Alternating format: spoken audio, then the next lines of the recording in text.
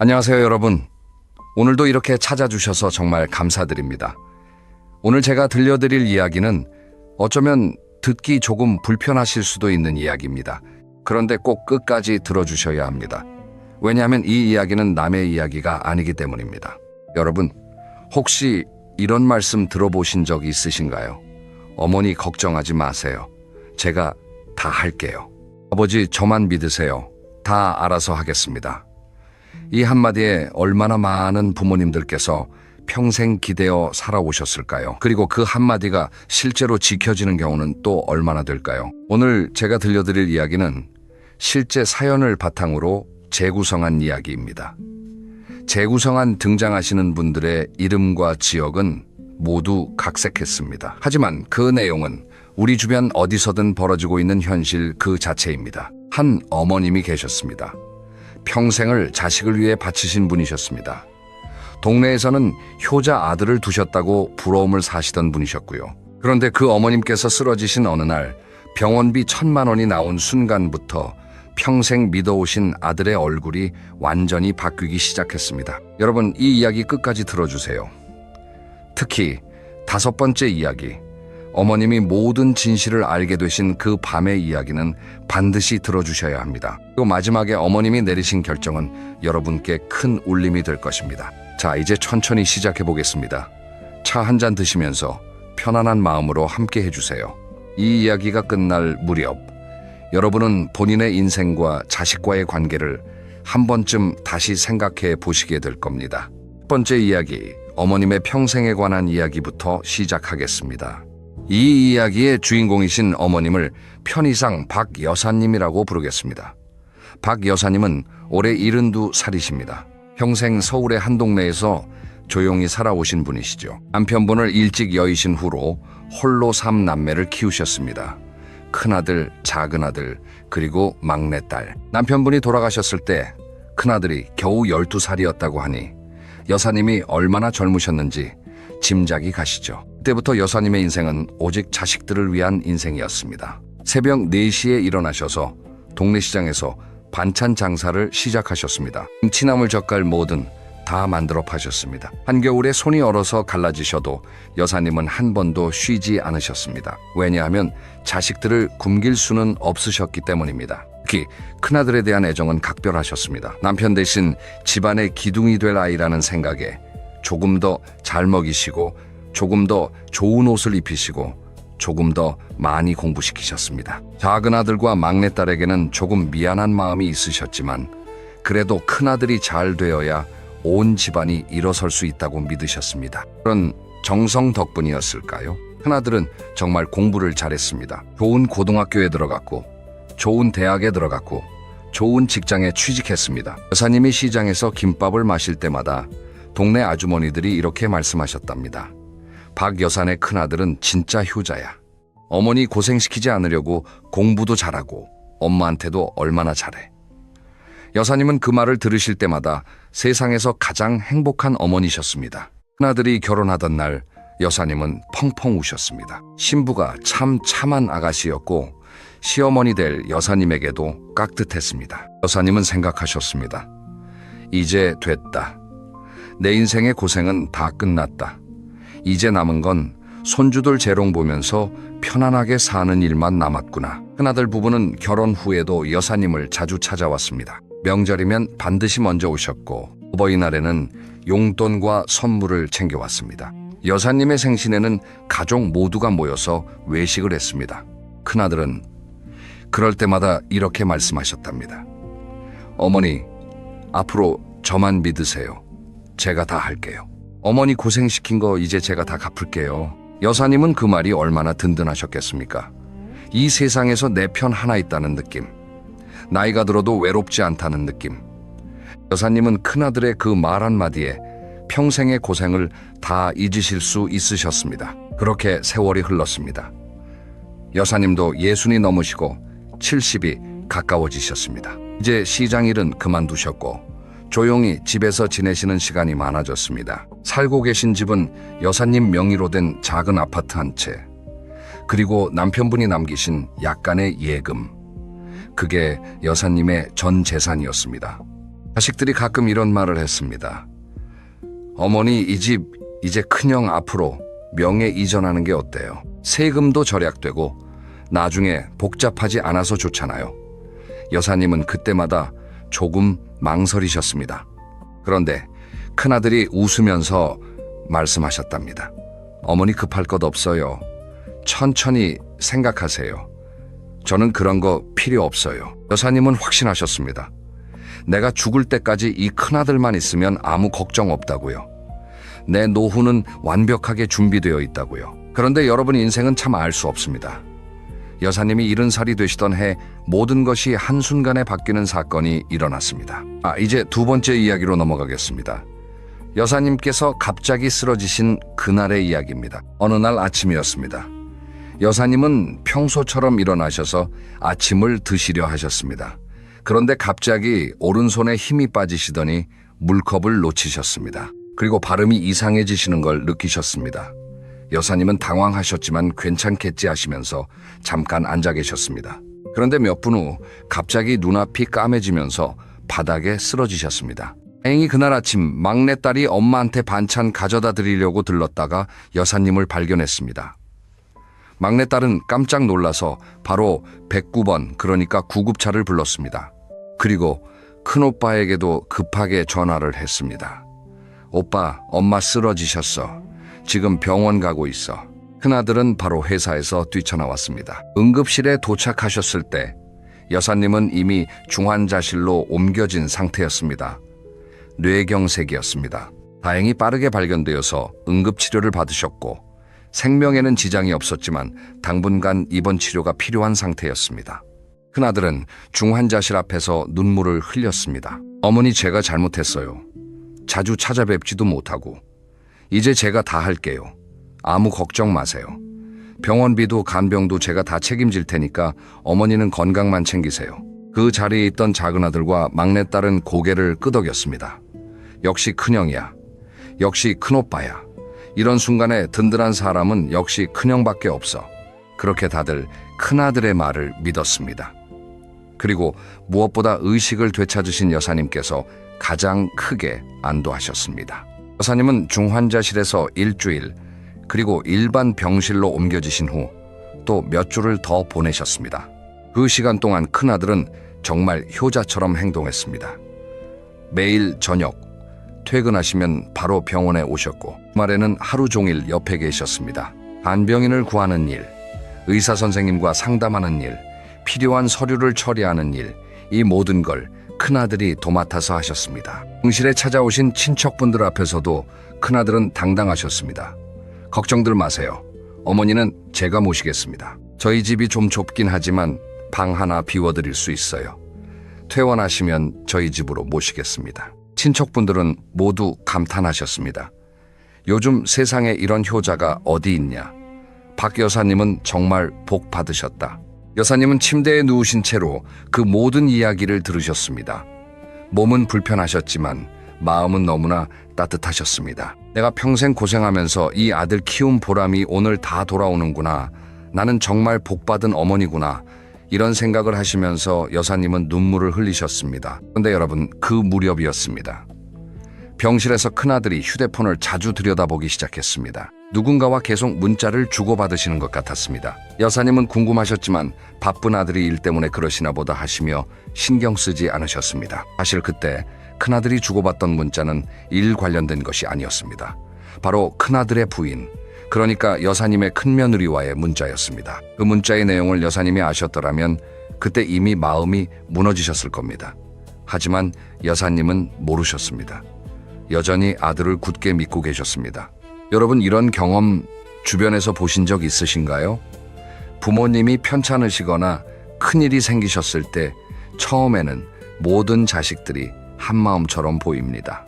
그런데 돈 이야기가 나오기 시작하는 순간부터는 상황이 완전히 달라지는 경우가 많습니다. 오늘 이 이야기도 바로 그 지점부터 시작됩니다.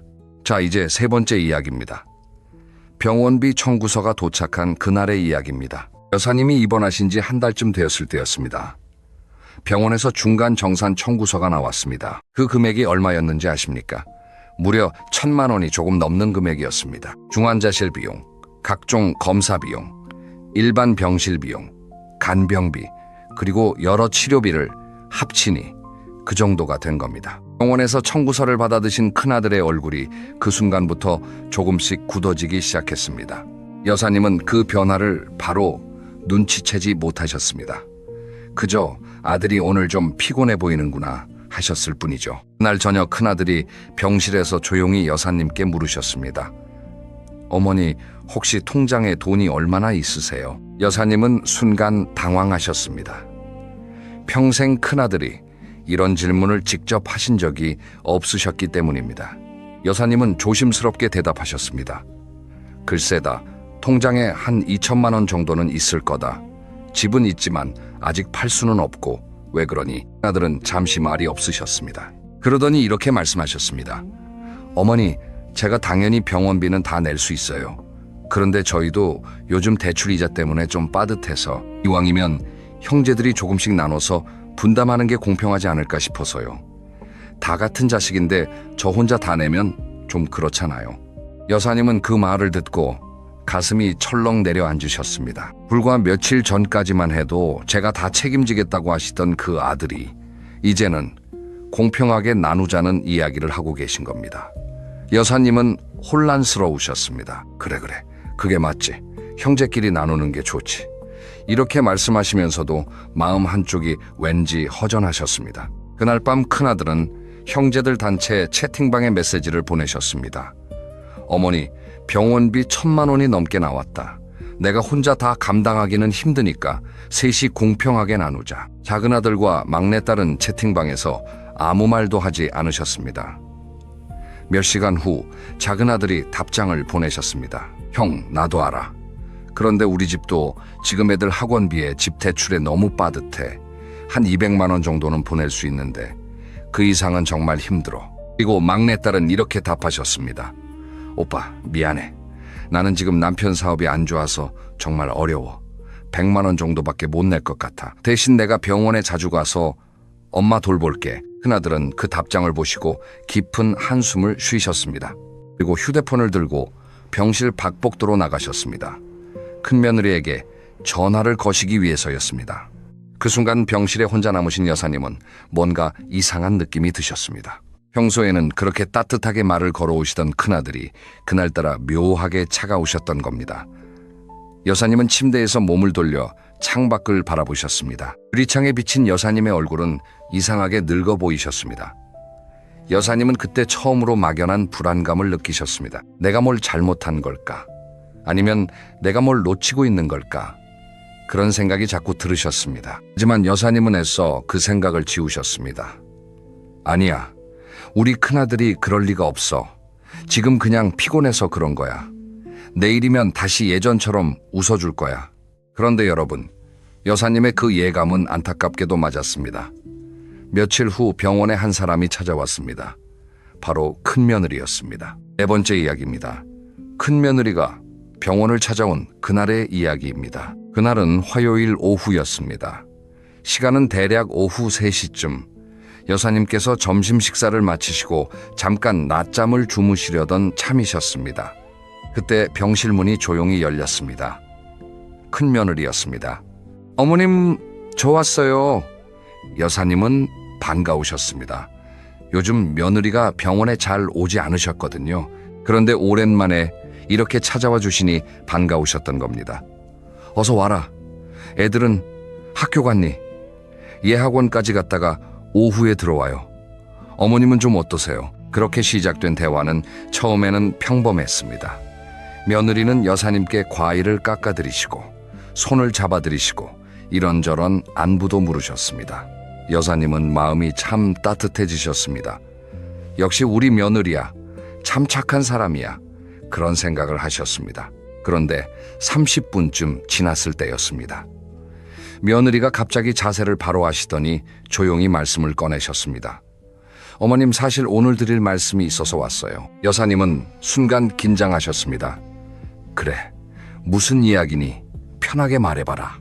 며느리는 가방에서 서류 몇 장을 꺼내셨습니다. 그리고 작은 계산기도 함께 꺼내셨습니다. 여사님은 그 모습을 보시면서 가슴이 두근거리기 시작하셨습니다. 이게 뭘까? 무슨 일일까? 어머님, 이거 저희 집 가계부예요. 이번 달 지출 내역이고요. 여사님은 서류를 받아 드셨지만 숫자가 잘 보이지 않으셨습니다. 안경을 쓰셨지만 마음이 떨려서 숫자가 흐릿하게 보였습니다. 며느리는 차분한 목소리로 설명을 시작하셨습니다. 어머님, 지금 저희 큰애 고등학교 학원비만 한 달에 150만 원이 들어요.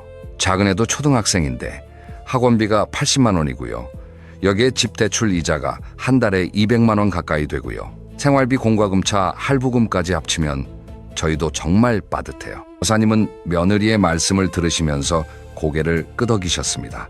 그래, 그렇구나. 힘들겠구나. 그런 마음으로 들으셨습니다. 그런데 며느리의 다음 말씀이 여사님의 가슴을 날카롭게 찔렀습니다. 어머님, 그래서 말씀인데요.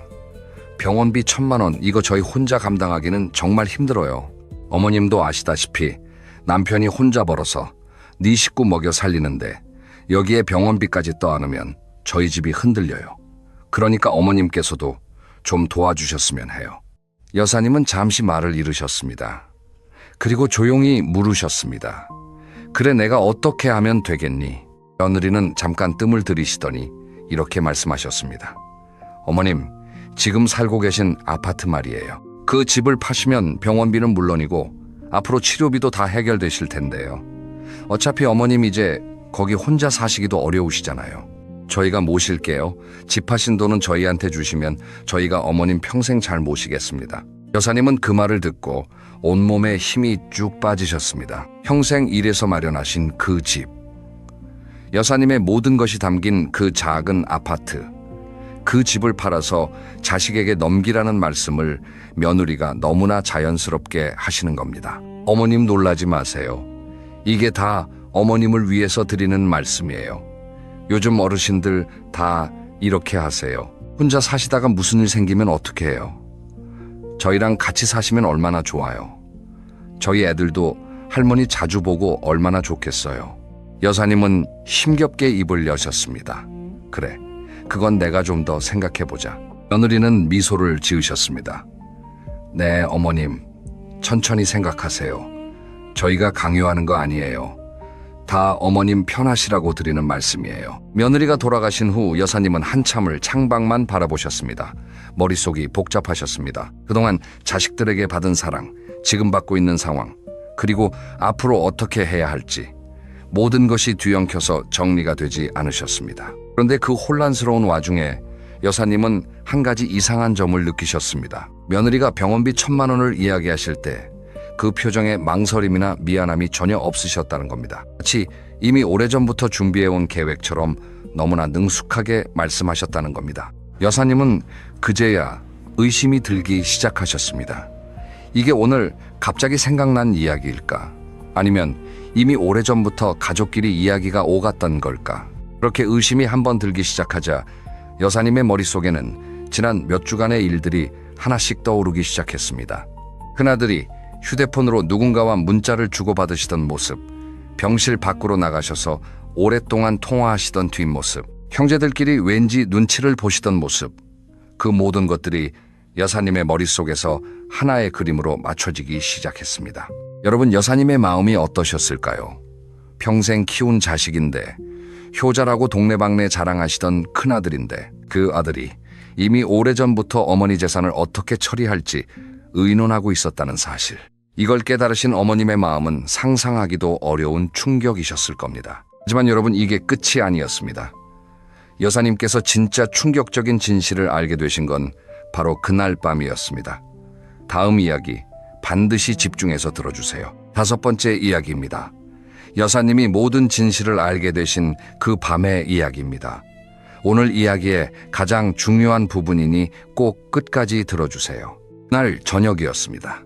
시간은 대략 저녁 9시쯤. 여사님은 저녁 약을 드시고 침대에 누우셨습니다. 낮에 있었던 며느리의 방문 때문에 마음이 편치 않으셨습니다. 잠이 잘 오지 않으셨지만 그래도 눈을 감고 쉬려 하셨습니다. 그런데 갑자기 목이 마르셨습니다. 평소 같으시면 침대 옆간이 탁자에 있는 물을 드셨겠지만 그날은 물병이 비어 있었습니다. 여사님은 간호사를 부를까 하셨지만 바쁘실 것 같아서 본인이 직접 나가셔서 물을 받아오시기로 하셨습니다. 여사님은 조심스럽게 침대에서 일어나셨습니다. 인거를 거는 이동식 거치대를 붙잡고 천천히 병실 문을 여셨습니다. 복도는 조용했고 간호사 스테이션 쪽으로 천천히 걸어가셨습니다. 여사님이 한 걸음씩 옮기실 때마다 발걸음이 무거우셨습니다. 그런데 복도 끝에 휴게실 쪽에서 낯익은 목소리가 들려왔습니다. 여사님은 걸음을 멈추셨습니다. 큰아들의 목소리였습니다. 그리고 그 옆에는 작은아들의 목소리도 들렸습니다. 두 아들이 병원 복도 끝에서 조용히 이야기를 나누고 계셨던 겁니다. 여사님은 망설이셨습니다. 가서 반갑게 인사할까? 아니면 조용히 돌아갈까? 그런데 두 아들의 대화가 이상한 방향으로 흘러가고 있었습니다. 여사님은 자신도 모르게 벽에 바짝 붙어서 대화를 듣게 되셨습니다. 형, 그래서 어떻게 할 거야? 엄마가 그 집 팔면 병원비는 해결되는데 그 다음이 문제잖아. 큰아들이 한숨을 쉬며 답하셨습니다. 그러게 말이다. 집 한 돈이 한 5억 정도는 될 텐데 병원비 1,000만 원 빼고 나머지는 어떻게 해야 할지 모르겠다. 작은 아들이 조심스럽게 말씀하셨습니다. 그런데 형, 그 돈 전부 형이 가져가는 거야. 우리도 자식인데 조금은 나눠줘야 하는 거 아니야. 큰아들은 잠시 침묵하시다가 말씀하셨습니다. 내가 모실 건데 당연히 내가 관리해야지. 너희는 평소에 엄마한테 해드린 게 뭐가 있다고 그래. 작은 아들이 발끈하셨습니다. 형, 그게 무슨 소리야. 나도 용돈 드리고 명절 때마다 왔잖아. 근데 집 한 돈은 다 형이 가져간다고. 그건 불공평하잖아. 두 형제의 목소리가 점점 커졌습니다. 그때 큰아들이 목소리를 낮추시더니 충격적인 말씀을 하셨습니다. 조용히 해. 어머니 들으시면 어떻게 하려고. 사실 나도 계획이 있어. 어머니를 우리 집에 모시기는 하는데 나중에 요양병원으로 옮겨드리면 비용이 훨씬 적게 든다. 요양병원비 한 달에 150만 원 정도야. 이 정도는 우리가 감당할 수 있잖아. 그러면 집 한 돈에서 병원비랑 요양비 몇 년치만 빼고 나머지는 우리 집 대출 갚는 데 쓸 수 있어. 작은 아들이 놀라서 물으셨습니다. 형, 엄마가 그걸 받아들이실까? 요양병원을요? 큰아들은 한숨을 쉬며 답하셨습니다. 어머니, 지금 정신이 맑으신 것 같지만 사실 많이 약해지셨어. 거기다가 앞으로 재활치료도 받으셔야 하고 자식이 모시는 것보다 전문 시설이 낫다고 설득하면 돼. 요즘 어르신들 다 그렇게 하셔. 순간이었습니다. 복도벽에 기대어서 계시던 여사님의 손에서 물컵이 떨어졌습니다. 쨍그랑 소리가 복도에 울려 퍼졌습니다. 두 아들은 깜짝 놀라서 여사님 쪽으로 달려왔습니다. 어머니, 언제 나오셨어요? 어머니, 괜찮으세요? 여사님은 아무 말도 하지 못하셨습니다. 그저 조용히 두 아들을 바라보실 뿐이셨습니다. 여사님의 눈에서는 눈물이 흐르고 있었지만 소리는 나지 않으셨습니다. 평생을 울어보신 어머니의 눈물은 소리내어 울지 않는 법입니다. 큰아들의 얼굴은 하얗게 질려 있었습니다. 어머니, 저 사실 그게. 작은 아들도 말을 더듬으셨습니다. 여사님은 천천히 손을 들어 두 아들을 멈추게 하셨습니다. 그리고 떨리는 목소리로 말씀하셨습니다. 괜찮다. 아무 말도 하지 말거라. 내가 다 들었다. 내가 다 이해했다. 여사님은 몸을 돌려 천천히 병실 쪽으로 걸어가셨습니다. 두 아들은 그 자리에 굳어버린 듯 서 있었습니다. 그날 밤 여사님은 한숨도 주무시지 못하셨습니다. 새벽이 밝아올 무렵 여사님은 눈물을 닦으셨습니다. 이제 됐다. 이제부터는 나도 나를 위해 살 거다. 첫 번째 교훈입니다. 노후 자금은 반드시 본인 명의로 지키셔야 합니다. 재산을 자식 이름으로 옮기시는 순간 그 재산은 더 이상 여러분의 것이 아닙니다. 법적으로는요. 여러분이 스스로를 지키실 수 있으셔야 자식도 마음 편히 살아갈 수 있습니다. 두 번째 교훈입니다. 의료비는 반드시 미리 준비하셔야 합니다. 실손 의료보험이 있으시면 꼭 유지하세요. 의료비 전용 비상통장을 따로 만드세요. 국가에서 지원하는 제도들도 꼭 알아보세요. 국민건강보험 본인부 담상한제라는 제도가 있습니다. 또 어르신들을 위한 의료비 지원 사업도 지역마다 다양하게 있습니다. 세 번째 교훈입니다. 자식을 사랑하시되 자식에게 기대지 마세요. 건강한 관계는 서로 독립적이면서도 서로를 아끼는 관계입니다. 부모는 부모대로 자신의 삶을 살고 자식은 자식대로 자신의 삶을 살면서 가끔 만나고 안부 묻고 사랑을 나누는 것. 그게 가장 건강한 관계입니다. 기대하지 않을 때 자식의 효심이 더 순수하게 빛납니다. 네 번째 교훈입니다. 법적 장치를 반드시 활용하세요. 유언장은 가족 사이의 분쟁을 막기 위한 가장 좋은 방법입니다. 공증받은 유언장은 법적 효력이 강합니다. 성년 후견 제도에 대해서도 알아두세요. 신탁 제도도 있습니다. 한번 상담 받으시는 것만으로도 많은 것들이 정리됩니다. 다섯 번째 교훈입니다. 자식만 바라보지 마시고 본인의 인생을 사세요. 여사님은 퇴원하신 후 본인이 결심하신 대로 혼자 사시기 시작하셨습니다. 동네 복지관에 나가시기 시작하시면서 여사님의 인생이 바뀌기 시작했습니다.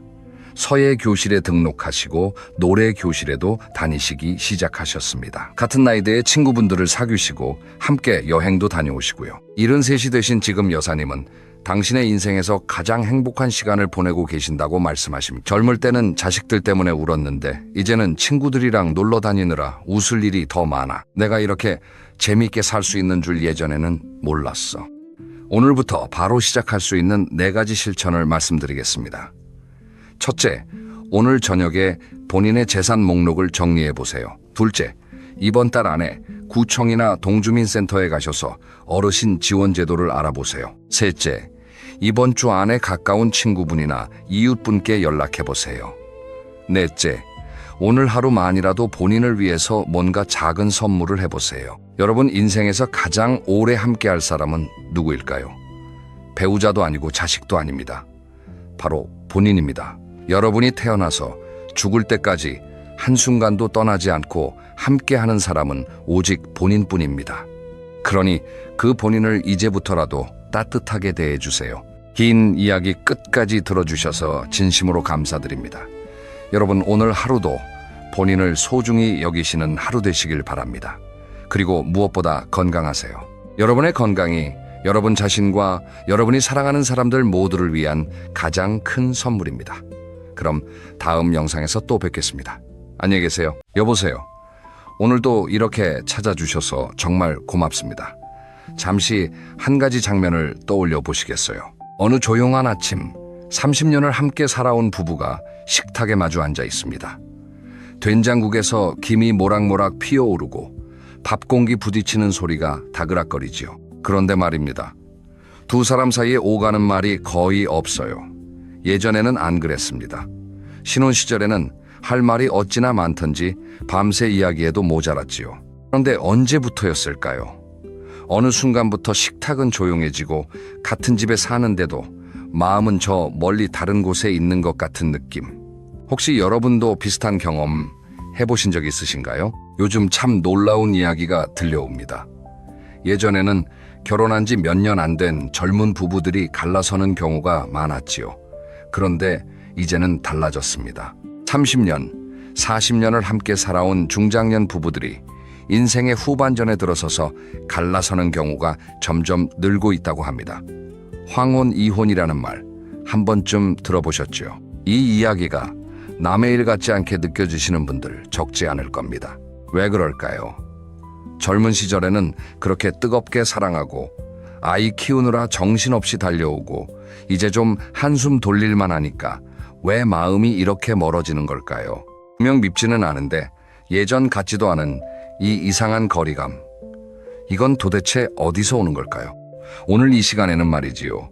나이 들어가는 배우자와 어떻게 하면 더 따뜻하게, 더 편안하게 지낼 수 있을지 그 이야기를 6가지 주제로 나누어서 천천히 풀어드리려고 합니다. 제가 오늘 끝까지 함께 해주시는 분들께 꼭 한 가지 약속드리고 싶은 게 있어요. 영상 마지막 부분에 평생을 함께 손잡고 걸어온 어르신 부부들이 공통적으로 가지고 있는 단 한 가지 비밀을 알려드리겠습니다. 이 비밀을 알고 나면 오늘 밤 배우자를 바라보는 눈빛이 조금 달라지실 거예요.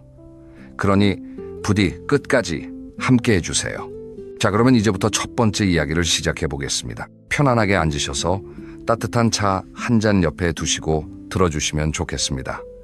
먼저 많은 분들이 이런 질문을 하세요. 왜 나이가 들수록 배우자가 점점 낯설게 느껴질까요? 분명 어제까지는 같은 사람이었는데 어느 날 문득 이 사람이 누구였나 싶은 순간이 찾아오지요. 남편이 갑자기 말수가 줄어들고 방에 혼자 들어가서 한참을 나오지 않아요. 아내는 전에 없이 서운해하는 일이 잦아지고 작은 말 한마디에도 눈물을 보이지요. 예전에는 웃어넘겼던 일들이 이제는 가슴에 콕 박히는 것 같고요. 이게 마음이 식어서 그런 걸까요? 정말 사랑이 다 닳아버린 걸까요? 아닙니다. 오늘 이 말씀을 꼭 드리고 싶어요. 그건 마음이 식은 게 아니라 몸과 뇌가 조금씩 달라지고 있기 때문입니다. 사람은 말이지요. 50대 중반을 지나 60대로 접어들면서 몸 안에서 아주 많은 변화가 일어납니다. 여성분들은 폐경을 지나면서 감정의 기복이 커지기도 하고 예민해지거나 눈물이 많아지기도 하지요. 남성분들도 마찬가지예요. 젊은 시절에 넘치던 그 기운이 서서히 줄어들면서 말수가 적어지고 쉽게 피곤해지고 때로는 우울해지기도 합니다. 이건 누구의 잘못도 아니에요. 그냥 자연스럽게 찾아오는 인생의 한 계절입니다. 한 가지 비유를 들어볼게요. 여러분, 오래된 감나무 한번 생각해 보세요. 봄에는 꽃을 피우고 여름에는 잎이 무성하고 가을에는 달콤한 감을 주렁주렁 매달지요. 그런데 겨울이 되면 어떤가요? 잎이 다 떨어지고 가지만 앙상하게 남습니다.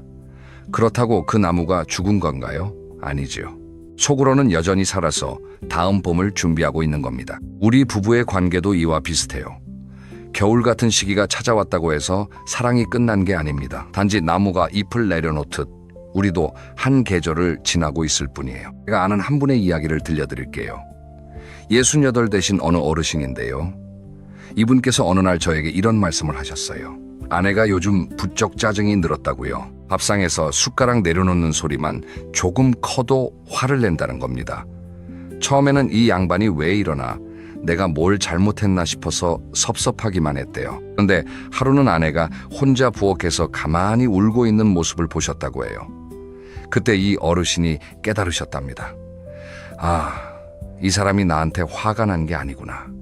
이 사람도 지금 자기 몸이 예전 같지 않아서 그게 속상하고 서러운 거구나. 그 이후로 이 어르신은 아내가 짜증을 내도 받아치지 않고 그냥 가만히 등을 쓸어주셨대요. 그랬더니 아내가 다시 웃기 시작하셨다는 겁니다. 자, 여러분, 혹시 지금 이 순간 배우자의 어떤 변화가 떠오르시나요? 요즘 부쩍 말이 없어진 남편, 자꾸 서운해하는 아내, 아침마다 한숨을 쉬는 그 사람, 그 모습이 혹시 여러분 마음을 무겁게 하고 계시다면 오늘 이 말씀을 기억해 주세요. 그건 마음의 문제가 아니라 그 사람이 지금 인생의 겨울을 건너고 있다는 신호입니다. 그리고 겨울을 건너는 사람에게 가장 필요한 건 잔소리도 아니고 충고도 아니고 그저 곁에 있어주는 따뜻한 손길이에요. 그럼 이제 두 번째 이야기로 넘어가 보겠습니다. 중장년 부부들이 가장 많이 부딪히는 세 가지 순간이 있습니다. 이 세 가지만 잘 넘겨도 남은 인생이 훨씬 편안해진다고 하지요. 그런데 놀랍게도 말입니다. 이 세 가지 위기의 순간을 오히려 관계를 더 깊어지게 하는 선물로 바꿔낸 부부들이 있어요. 그 이야기 지금부터 차근차근 풀어드릴게요. 첫째는 은퇴 이후 하루 종일 둘이 붙어 있게 되는 시기입니다. 여러분, 이게 생각보다 큰 문제예요. 남편이 평생 새벽 6시에 집을 나가서 밤 9시에 돌아왔다고 해보세요. 그러면 부부가 하루에 얼굴 마주하는 시간이 몇 시간 정도였을까요? 길어야 2~3시간이었을 겁니다. 그런데 은퇴를 하고 나면 어떻게 되나요? 아침 7시부터 밤 11시까지 하루 16시간을 한 지붕 아래서 보내게 되지요. 거의 5배가 늘어나는 겁니다. 아내분들께서 이런 말씀 많이 하세요. 우리 남편은 좋은 사람인데 하루 종일 집에 있으니까 숨이 막힌다고요. 이게 남편을 미워해서 하는 말이 아니에요. 그냥 사람은 누구나 자기만의 공간과 시간이 필요한데 그게 갑자기 사라져버리니까 힘든 거예요. 남편분들도 마찬가지예요. 평생 바쁘게 살아오다가 갑자기 할 일이 없어지니 그 허전함을 어디에 풀어야 할지 모르는 거지요. 그래서 아내 주변을 자꾸 맴돌게 되고 그러면 아내는 또 부담스러워지고 이렇게 악순환이 시작되는 겁니다. 이 시기를 잘 넘긴 어느 부부의 이야기를 들려드릴게요. 이른이 조금 넘으신 두 분이신데요. 이분들이 은퇴 직후에 크게 부딪히셨대요. 아내분이 도저히 못 살겠다 싶어서 용기를 내서 남편에게 이런 제안을 하셨대요. 여보, 우리 집안에 각자의 자리를 하나씩 만들어요.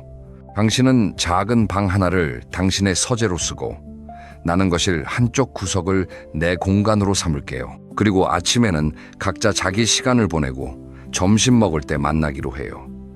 처음에 남편분은 섭섭해 하셨대요. 같이 사는데 왜 그렇게까지 해야 하냐고요. 그런데 일주일, 2주가 지나면서 이분이 깨달으셨답니다. 아, 이게 사이가 멀어지는 게 아니라 오히려 더 좋아지는 거구나. 각자의 시간이 있으니까 만났을 때 할 말이 생기고 서로가 소중하게 느껴지는 거지요. 둘째는 건강 문제가 찾아올 때입니다. 이건 정말 누구에게나 올 수 있는 일이에요. 어느 날 갑자기 무릎이 아프기 시작하고 혈압이 오르고 병원에 다니는 횟수가 늘어나지요. 한 사람이 아프기 시작하면 그 영향은 부부 전체로 번집니다. 아픈 사람은 자기가 짐이 되는 것 같아서 미안해하고 간병하는 사람은 힘들어서 지쳐가고 이때 서로가 서로를 이해하지 못하면 그동안 쌓아온 정이 무너지는 건 순식간이에요.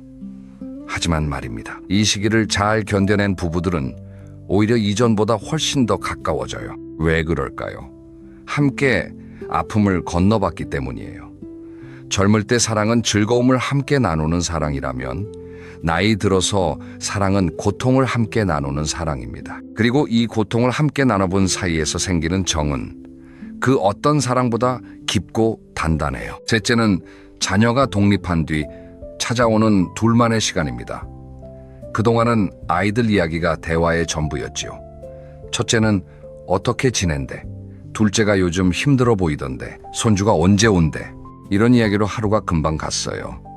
그런데 아이들이 다 제 갈 길을 찾아 떠나고 나면 갑자기 대화의 소재가 사라집니다. 그제야 깨닫는 거예요.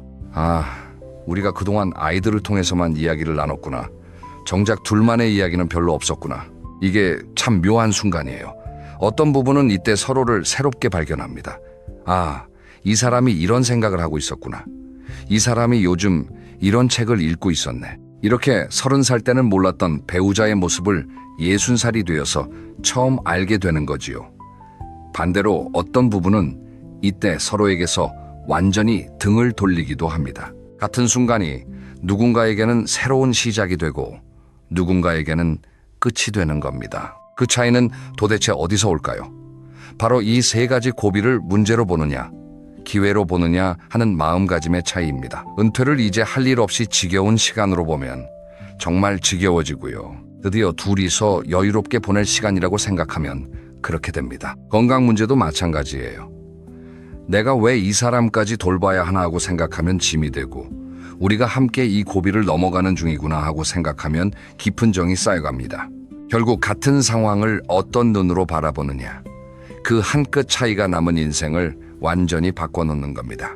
이제 세 번째 이야기로 넘어가 볼게요. 이 이야기는 정말 오늘 당장 실천해 보실 수 있는 내용입니다. 바로 말 한마디로 달라지는 관계의 온도에 대한 이야기예요. 여러분, 오래 함께 산 부부일수록 말을 점점 줄여서 하는 경향이 있어요. 신혼 때는 그렇게 다정하게 말씀하시던 분들도 30년이 지나면 대화가 이렇게 짧아집니다. 밥 먹었어. 어디가? 병원. 자, 이렇게요. 왜 그럴까요? 바빠서, 귀찮아서, 익숙해서 여러 이유가 있겠지요. 그런데 이 짧아진 말이 쌓이고 쌓이면 어느 날 문득 깨닫게 됩니다. 우리가 언제부터 이렇게 말을 안 하고 살았지? 중장년 부부들이 가장 자주 상처받는 말투 3가지가 있어요. 함께 한번 들어보세요. 혹시 여러분도 이런 말 쓰고 계시진 않은지 돌아봐 주세요. 첫째, 그걸 왜 몰라 하는 말이에요. 여보, 내가 어제 그거 얘기했잖아. 그걸 왜 몰라? 이 말을 듣는 상대방은 어떤 기분이 들까요? 자기가 바보가 된 것 같고 자꾸 잊어버리는 자신이 한심해 보이고, 그런데 나이가 들면 누구나 기억력이 조금씩 떨어지잖아요. 그건 잘못이 아니에요. 그러니까 그걸 왜 몰라 대신에 내가 얘기를 제대로 안 했나 보네. 다시 말해줄게. 이렇게 말해주시면 얼마나 따뜻하겠어요. 둘째, 당신이 뭘 안다고 그래 하는 말이에요. 이 말 정말 무서운 말이에요. 상대방의 의견을 통째로 무시해버리는 말이거든요. 오랫동안 같이 살면서 배우자가 자기보다 어떤 분야를 잘 모른다고 생각하면 이런 말이 쉽게 나와요. 그런데 이 말을 들은 사람은 마음속에서 조용히 문을 닫아버립니다. 아, 내가 뭘 말해도 이 사람은 안 듣는구나. 그러니까 아예 말을 하지 말자. 이렇게 대화가 사라지는 거예요. 당신이 뭘 안다고 그래. 대신에 아, 그렇게도 생각할 수 있겠네. 그 부분은 내가 미처 몰랐네. 이렇게 한 번만 바꿔보세요. 상대방이 얼마나 고마워할지 몰라요. 셋째는 한숨 섞인 알았어예요. 말은 알았다고 하는데 한숨이 먼저 나와요. 후, 알았어. 그래, 알았다고. 이 말은 말로는 받아들이지만 마음으로는 완전히 거부하고 있다는 뜻이에요. 상대방은 이 한숨을 정확하게 알아듣습니다. 아, 이 사람이 지금 나 때문에 귀찮아하는구나. 내가 또 말을 꺼냈나 보다. 그러면 다음부터는 말을 아끼게 돼요. 말을 아끼다 보면 결국 마음도 다치게 되지요. 그럼 어떻게 바꾸면 좋을까요? 제가 권해드리는 3가지 표현이 있어요. 오늘부터 한번 써보세요. 정말 신기할 정도로 분위기가 달라집니다. 첫째는 고마워라는 말이에요. 너무 흔한 말 같지요. 그런데 오래된 부부들이 가장 안 쓰는 말이 바로 이 고마워입니다. 왜냐하면 당연하게 여기거든요. 밥 차려주는 것도 당연, 청소해주는 것도 당연, 돈 벌어오는 것도 당연. 그런데 여러분, 이 세상에 당연한 건 하나도 없어요. 내일도 이 사람이 내 옆에 있을 거라는 보장 어디에도 없습니다. 그러니 오늘 한 번만이라도 말해보세요. 여보, 밥 차려줘서 고마워. 여보, 오늘 하루도 수고 많았어. 이 한마디가 상대방의 하루를 완전히 바꿉니다. 둘째는 수고했어라는 말이에요. 나이 든 부부들은 서로의 노력을 너무 잘 알아서 오히려 말로 표현하지 않아요. 말 안 해도 알겠지. 그런데 말입니다. 말 안 하면 몰라요. 표현하지 않은 마음은 없는 마음과 똑같아요. 오늘 장 보고 오신 아내에게 여보, 무거운 거 들고 다니느라 수고 많았어. 오늘 손주 봐주고 오신 남편에게 여보, 오늘 애들 보느라 힘드셨지요. 이렇게 한마디만 건네보세요. 셋째는 같이 하자는 말이에요. 이 말은 정말 마법 같은 말이에요. 혼자 하지 말고 같이 하자. 같이 병원 가자. 같이 산책 가자. 같이 텔레비전 보자. 나이 들수록 사람은 외로워져요. 몸이 예전 같지 않고 친구들도 하나둘 떠나가고, 이런 시기에 배우자가 같이 하자고 말해주는 것, 이것만큼 큰 위로가 없습니다. 제가 얼마 전에 어느 70대 부부의 이야기를 들었어요. 두 분이 40년을 함께 사셨는데 솔직히 말하면 서로 대면대면하게 지내셨다고 해요. 그런데 어느 날 남편분이 크게 아프셨어요. 병원에 입원해서 며칠을 보냈는데 그때 아내분이 곁에서 간호하면서 이런 말을 하셨대요. 여보, 당신 없으면 나는 어떻게 살아요? 얼른 나아요. 같이 더 오래 있어야지요. 이 말 한마디에 남편분이 펑펑 우셨대요. 40년을 함께 살면서 이런 말 처음 들어본다고요. 그 뒤로 이 두 분은 완전히 달라지셨어요. 아침마다 손잡고 산책 나가시고 저녁이면 나란히 앉아서 드라마 보시면서 이런저런 이야기 나누시고, 그렇게 사는 모습이 얼마나 보기 좋은지 몰라요. 여러분, 말 한마디가 정말 사람을 살립니다. 그리고 그 말은 가장 가까운 사람에게 할 때 가장 큰 힘을 발휘해요. 오늘 저녁에 배우자를 만나시면 딱 한마디만 건네보세요. 고마워. 수고했어. 같이 하자. 이 중에 한 가지만 해보셔도 분명히 달라지는 걸 느끼실 겁니다. 그럼 이제 4번째 이야기로 넘어가 볼게요. 이 이야기는 조금 뜻밖이실 수도 있어요. 바로 함께 있되 따로 숨 쉬는 법에 대한 이야기입니다. 많은 분들이 이렇게 생각하세요. 부부는 모든 걸 함께 해야 한다. 밥도 같이 먹고 외출도 같이 하고 취미도 같이 가져야 한다. 그래야 사이가 좋은 부부다. 그런데 말입니다. 정말 그럴까요? 오히려 너무 붙어 있어서 사이가 나빠지는 부부들이 정말 많아요. 여러분, 이런 비유를 한번 생각해 보세요. 두 그루의 나무가 서로 너무 가까이 붙어서 심어져 있으면 어떻게 될까요? 시에는 잘 자라는 것 같아 보여요. 그런데 시간이 지나면 뿌리끼리 엉키고 가지끼리 부딪히고 서로 햇빛을 뺏게 됩니다. 결국 두 나무 다 제대로 자라지 못해요. 반대로 적당한 거리를 두고 심어진 나무들은 어떤가요? 각자 충분히 햇빛을 받고 뿌리를 깊게 내리고 튼튼하게 자랍니다. 그리고 바람이 불면 서로의 가지가 살짝 닿기도 하지요. 그 모습이 얼마나 아름다운지 몰라요. 부부도 똑같아요. 너무 붙어 있으면 서로를 숨 막히게 하고 너무 떨어져 있으면 남처럼 되어버려요. 가장 좋은 건 적당한 거리입니다.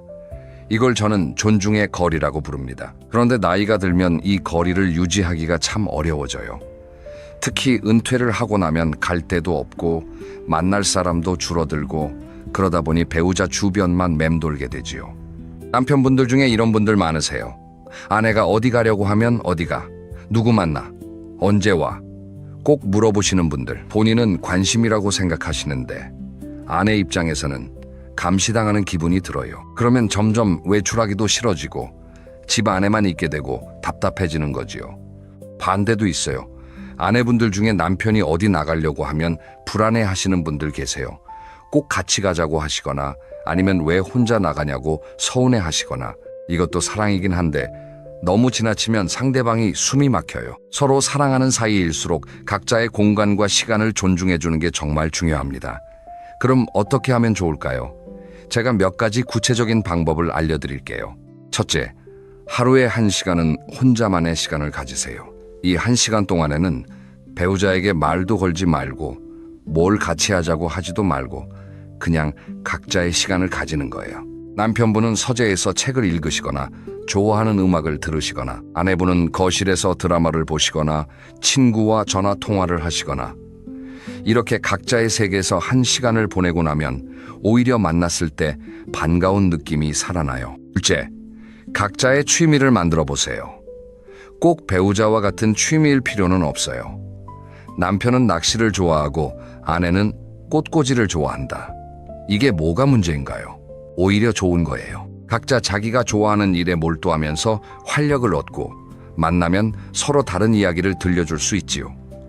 여보, 오늘 낚시 갔다가 이만한 물고기를 잡았어. 여보, 내가 오늘 꽃꽂이 배우러 갔는데 선생님이 내 솜씨가 좋다고 하더라.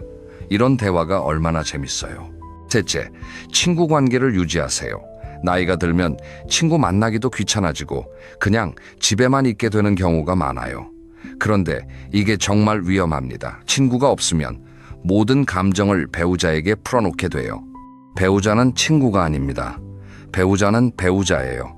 친구에게 할 이야기, 동료에게 할 이야기를 다 배우자에게 쏟아부으면 그 사람은 지쳐버려요. 그러니 일주일에 한 번이라도, 한 달에 한 번이라도 친구를 만나세요. 동창들과 차 한잔 하시고 옛날 이야기도 나누시고 그렇게 바깥 공기를 쐬고 오시면 집에 돌아왔을 때 배우자를 보는 눈이 달라집니다. 여러분, 잠깐 질문 하나 드릴게요. 마지막으로 여러분, 혼자서 온전히 쉬어보신 게 언제인가요? 혼자 카페에 가서 차 한잔 마셔보신 적, 혼자 공원에 가서 벤치에 앉아보신 적, 혼자 영화를 보러 가보신 적 언제인가요? 기억이 잘 안 나시는 분들 많으실 거예요. 오늘부터라도 한번 해보세요. 혼자가 되어본 시간이 있어야 둘이 함께인 시간이 더 소중해지는 법이에요. 제가 아주 인상 깊게 들은 이야기가 하나 있어요.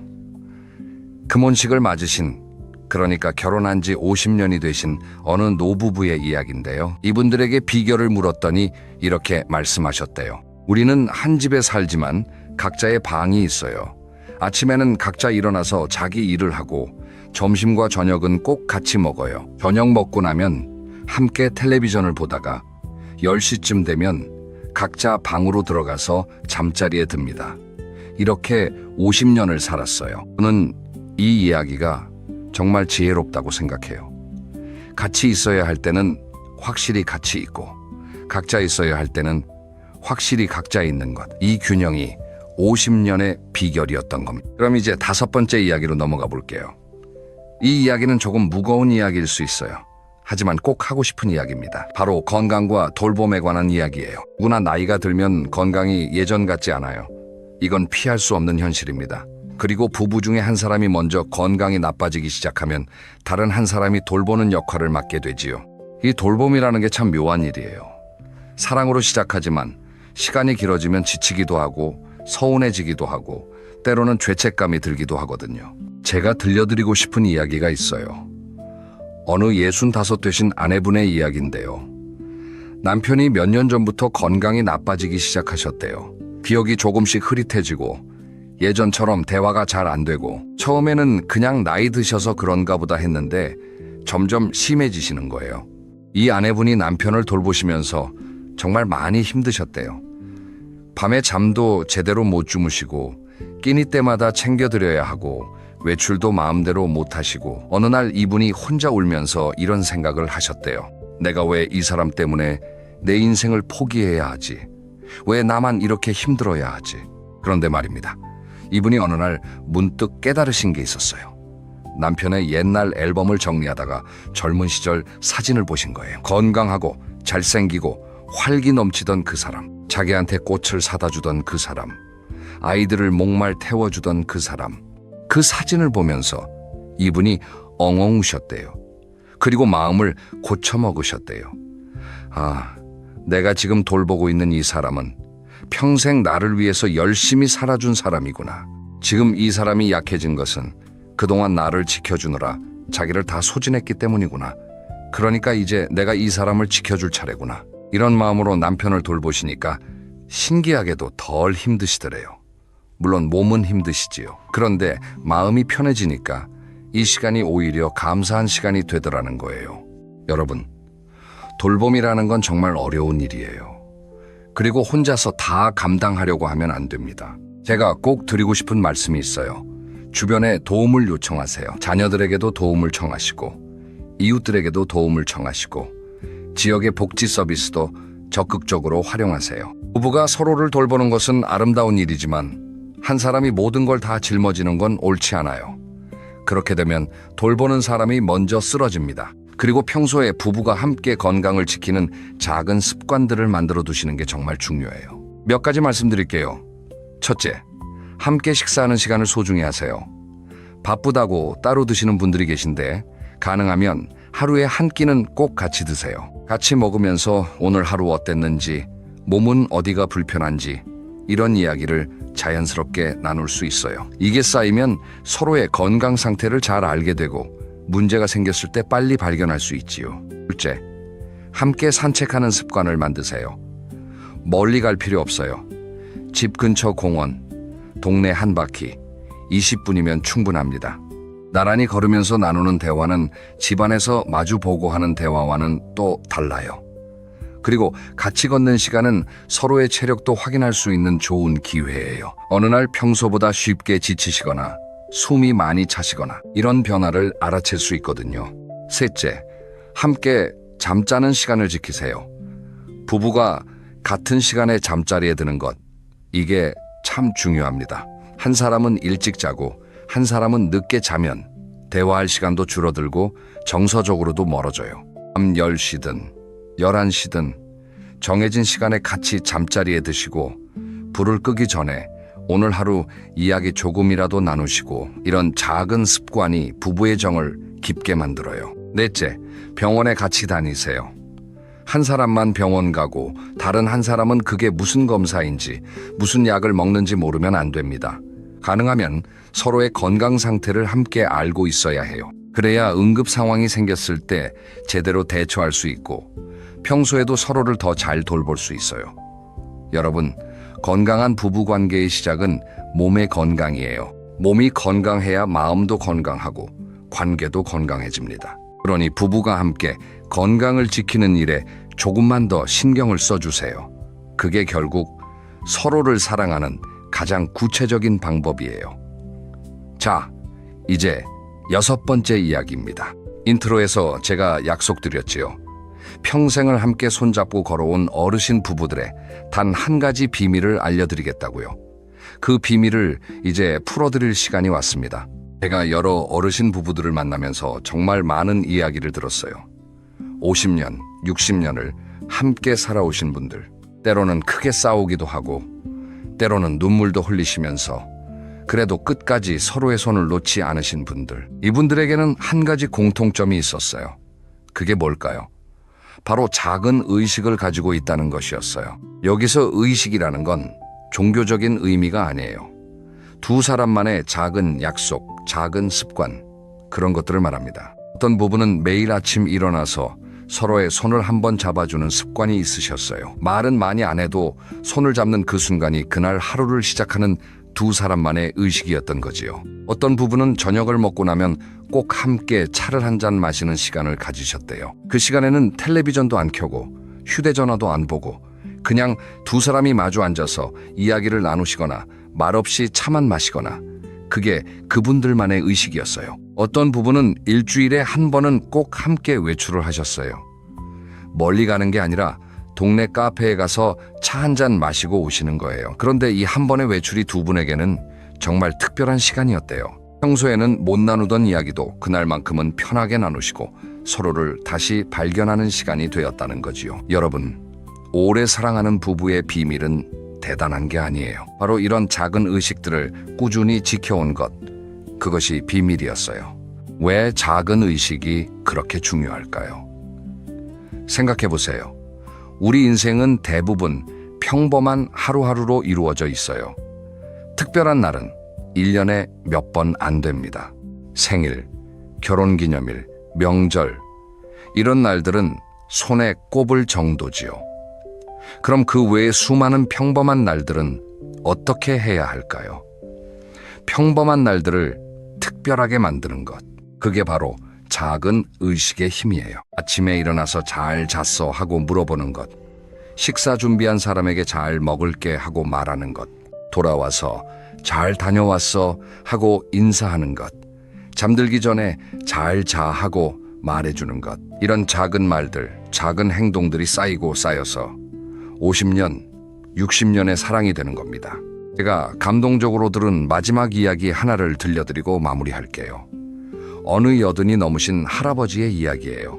이 할아버지께서는 할머니가 돌아가시고 혼자 지내고 계셨어요. 그런데 이분이 매일 아침 7시가 되면 꼭 하시는 일이 있으셨대요. 할머니가 쓰시던 찻잔에 따뜻한 차를 한 잔 따라 놓고 식탁 맞은편 자리에 두시는 거예요. 마치 할머니가 거기 앉아 계신 것처럼요. 그리고 본인은 맞은편에 앉아서 차를 드시면서 할머니에게 말을 거시는 거예요. 여보, 오늘 날씨가 참 좋네. 여보, 어제 손주한테서 전화가 왔어. 여보, 당신이 좋아하던 꽃이 피었네. 이렇게요. 이 할아버지께서 그러시더라고요. 이 사람하고 50년을 매일 아침 차 마시며 이야기했는데 이 사람이 없다고 해서 갑자기 안 할 수는 없잖아요. 이게 우리 둘의 의식이었는데요. 이 이야기를 들었을 때 저는 가슴이 먹먹해졌어요. 50년이라는 시간이 만들어낸 두 사람만의 의식. 그건 할머니가 떠나신 뒤에도 할아버지의 하루를 지탱해주는 힘이 되고 있었던 거예요. 이게 바로 작은 의식의 진정한 힘입니다. 여러분, 오늘부터 부부만의 작은 의식을 하나만 만들어 보세요. 거창할 필요 없어요. 아침에 일어나서 한 번 안아주기, 저녁에 잠들기 전 고마워 한마디 건네기, 일주일에 한 번 같이 동네 산책하기, 뭐든 좋아요. 두 사람만의 약속이라면 그 어떤 것도 특별한 의식이 됩니다. 자, 이제 오늘 나눈 이야기를 간단히 정리해 볼게요. 총 6가지 이야기를 나누었지요. 첫째, 나이 들수록 배우자가 낯설게 느껴지는 건 마음이 식어서가 아니라 몸과 뇌가 인생의 한 계절을 지나고 있기 때문이다. 둘째, 은퇴와 건강 문제, 자녀 독립이라는 3가지 고비는 부부관계의 위기이기도 하지만 잘 넘기면 더 깊은 사랑의 기회가 된다. 셋째, 말 한마디가 관계의 온도를 완전히 바꾼다. 고마워, 수고했어, 같이 하자. 이 3마디를 오늘부터 써보자. 넷째, 함께 있되 따로 숨쉬는 법을 배우자. 각자의 공간과 시간, 취미와 친구를 존중하는 것이 오래가는 사랑의 비결이다. 다섯째, 건강과 돌봄은 혼자 감당하지 말고 함께 나누어야 한다. 함께 먹고, 함께 걷고, 함께 자고, 함께 병원에 다니는 작은 습관이 부부를 지킨다. 여섯째, 오래 사랑하는 부부의 비밀은 두 사람만의 작은 의식을 꾸준히 지키는 것이다. 자, 오늘 밤 여러분께서 바로 실천해 보실 수 있는 3가지 작은 행동을 알려드릴게요. 오늘 안에 꼭 한번 해보세요. 첫째, 배우자에게 고마워 한마디 건네기. 이유는 필요 없어요. 그냥 당신이 있어줘서 고마워. 이 한마디면 충분합니다. 둘째, 배우자의 손을 3초 동안 잡아주기. 말 안 해도 돼요. 그냥 슬며시 손을 잡고 속으로 셋을 세고 가만히 놓아드리세요. 이게 얼마나 큰 힘이 되는지 해보시면 아실 거예요. 셋째, 내일 아침에 일어나면 잘 잤어 하고 먼저 물어보기. 단순한 인사 같지만 이 한마디가 하루를 완전히 바꿉니다. 여러분, 오늘 이야기가 조금이라도 도움이 되셨기를 바랍니다. 나이 든다는 건 슬픈 일만은 아니에요. 오히려 젊은 시절에는 몰랐던 깊이 있는 사랑을 배울 수 있는 시간이지요. 그리고 그 사랑을 가장 가까이서 함께 나눌 수 있는 사람이 바로 배우자잖아요. 그 사람이 지금 여러분 옆에 있다는 것, 그것 자체가 얼마나 큰 축복인지 오늘 한 번만 더 느껴보셨으면 좋겠습니다. 다음 시간에는 또 하나 중요한 주제로 찾아뵐게요. 바로 자녀와의 건강한 거리두기에 대한 이야기입니다. 다 큰 자녀들과 어떻게 지내야 서로 편안할 수 있는지 그 지혜를 나눠볼게요. 기대해 주세요. 오늘도 끝까지 함께 해주셔서 진심으로 고맙습니다. 이 이야기가 마음에 드셨다면 아래 좋아요 한번 꾹 눌러주시고 아직 구독 안 하신 분들은 구독 버튼도 꼭 눌러주세요. 여러분의 작은 손길이 이런 이야기를 계속 만들어갈 수 있는 큰 힘이 됩니다. 그럼 오늘 밤도 배우자분과 따뜻한 시간 보내시고요. 다음 시간에 다시 뵙겠습니다. 건강하세요.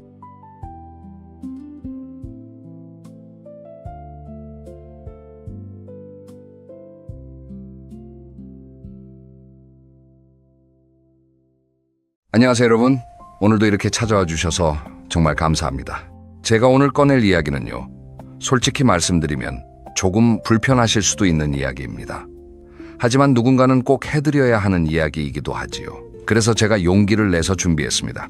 여러분, 혹시 이런 경험 있으신가요? 지난달이었어요. 제가 아는 분 이야기인데요. 65이 되신 김 선생님이라는 분이 계십니다. 평생 교직에 계셨던 분이고요. 성격도 참 깔끔하시고 매일 아침 샤워도 거르지 않으시는 분이에요. 그런데 어느 날 손주가 집에 놀러 왔다가 엄마한테 가서 이렇게 속삭이더랍니다. 엄마, 할아버지한테서 이상한 냄새나.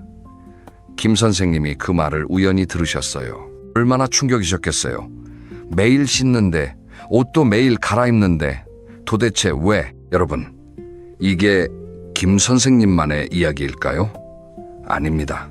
일본의 한 연구에 따르면요, 40대 중반이 넘어가면 몸에서 아주 특별한 물질이 만들어지기 시작한다고 합니다. 이 물질의 이름은 노네날데하이드라고 하는데요. 젊은 사람들 몸에서는 거의 나오지 않아요. 그런데 나이가 들면서 이 물질이 점점 많아지기 시작하는 겁니다. 문제는 뭐냐? 이 냄새는 본인은 절대로 못 느낀다는 거예요. 놀라운 사실 하나 더 말씀드릴까요? 미국에서 진행된 한 연구에서는요, 연구 참가자들에게 눈을 가린 채 여러 사람의 옷 냄새를 맡게 했습니다. 그랬더니 놀랍게도 75%가 넘는 사람들이 노인의 옷 냄새를 정확하게 구분해냈다고 해요. 75%면 어느 정도냐? 10명 중에 7명 이상은 냄새만 맡아도 아, 이건 나이 드신 분 옷이구나 하고 알아챈다는 뜻입니다. 자, 그럼 어떻게 해야 할까요? 포기해야 할까요? 아닙니다. 절대 아니에요. 오늘 제가 말씀드릴 내용만 잘 실천하시면요, 여러분은 주변 사람들에게 저분 참 깔끔하시다, 저분 옆에 있으면 기분이 좋아진다, 이런 소리를 듣게 되실 겁니다. 제가 오늘 알려드릴 내용은 병원에서 의사 선생님들도 잘 안 알려주시는 내용이에요. 왜냐하면 너무 사소하다고 생각하시거든요. 하지만 이 사소한 것들이 모여서 여러분의 품격을 만듭니다. 특히 오늘 말씀드릴 7가지 청결 포인트 중에는요, 여러분이 상상도 못하신 부위가 포함되어 있습니다. 어디일까요? 힌트를 드리자면 매일 씻는 것 같지만 사실은 거의 안 씻고 계신 곳이에요. 끝까지 봐주시면 다 알려드리겠습니다. 그리고 마지막 챕터에서는요, 나이가 들어서도 오히려 젊은 사람들보다 더 매력적으로 보이는 어르신들의 공통점을 알려드릴 거예요. 이건 정말 놓치시면 안 됩니다. 자, 그럼 이제 본격적으로 시작해 볼까요? 편안하게 앉으시고요. 차 한 잔 준비하셔서 천천히 들어주세요. 여러분, 먼저 왜 나이가 들면 몸에서 특유의 냄새가 나기 시작하는지 그 근본적인 이유부터 차근차근 설명해 드릴게요. 이걸 알아야 제대로 된 해결책을 찾을 수 있거든요. 아까 잠깐 말씀드렸던 노네날데하이드라는 물질 기억하시지요?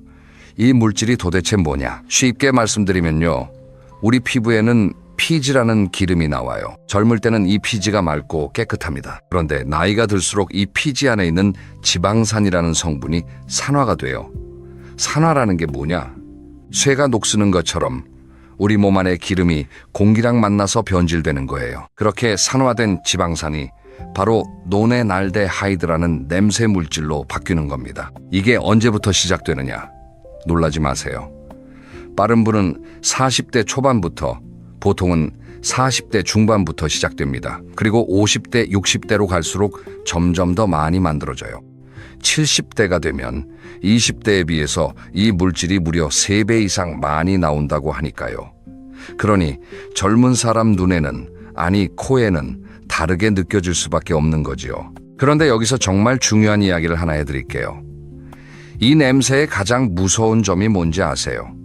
바로 본인은 절대 못 느낀다는 거예요. 왜 그럴까요?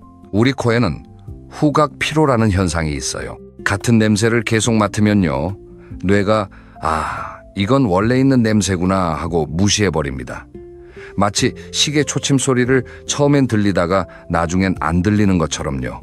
그러니까 본인의 몸에서 나는 냄새는 본인이 가장 모릅니다. 한번 생각해 보세요. 남의 집에 처음 들어가면 그 집 특유의 냄새가 나잖아요. 어떤 집은 된장 냄새, 어떤 집은 향수 냄새. 그런데 그 집에 사시는 분들은 그 냄새를 못 느끼세요. 왜요? 매일 맡으니까요. 우리 몸 냄새도 똑같습니다. 제가 얼마 전에 들은 실제 이야기를 하나 해드릴게요. 어떤 며느리분이 계셨는데요. 시어머님 생신에 모든 식구가 모였답니다. 그런데 어린 조카가 할머니 무릎에 앉아 놀다가 갑자기 이렇게 말하더래요. 할머니한테서 꼬순내나. 꼬순내요. 아이들은 솔직하잖아요. 그 자리에 있던 어른들이 다 얼어붙었답니다. 할머니는 민망하셔서 화장실로 가셨고요. 며느리는 시어머니께 뭐라고 말씀드릴 수가 없어서 발만 동동 굴렀답니다. 왜냐하면 어머님, 냄새가 좀 나세요. 이 말을 어떻게 합니까? 바로 이게 문제예요. 가족도 말을 못해요. 친구도 말을 못합니다. 그러니 여러분, 오늘 이 영상이 여러분에게 그 솔직한 친구가 되어드리고 싶어요. 제가 오늘 드릴 이야기가 조금 불편하실 수도 있지만요, 사랑하는 마음으로 말씀드리는 거라고 생각해 주세요.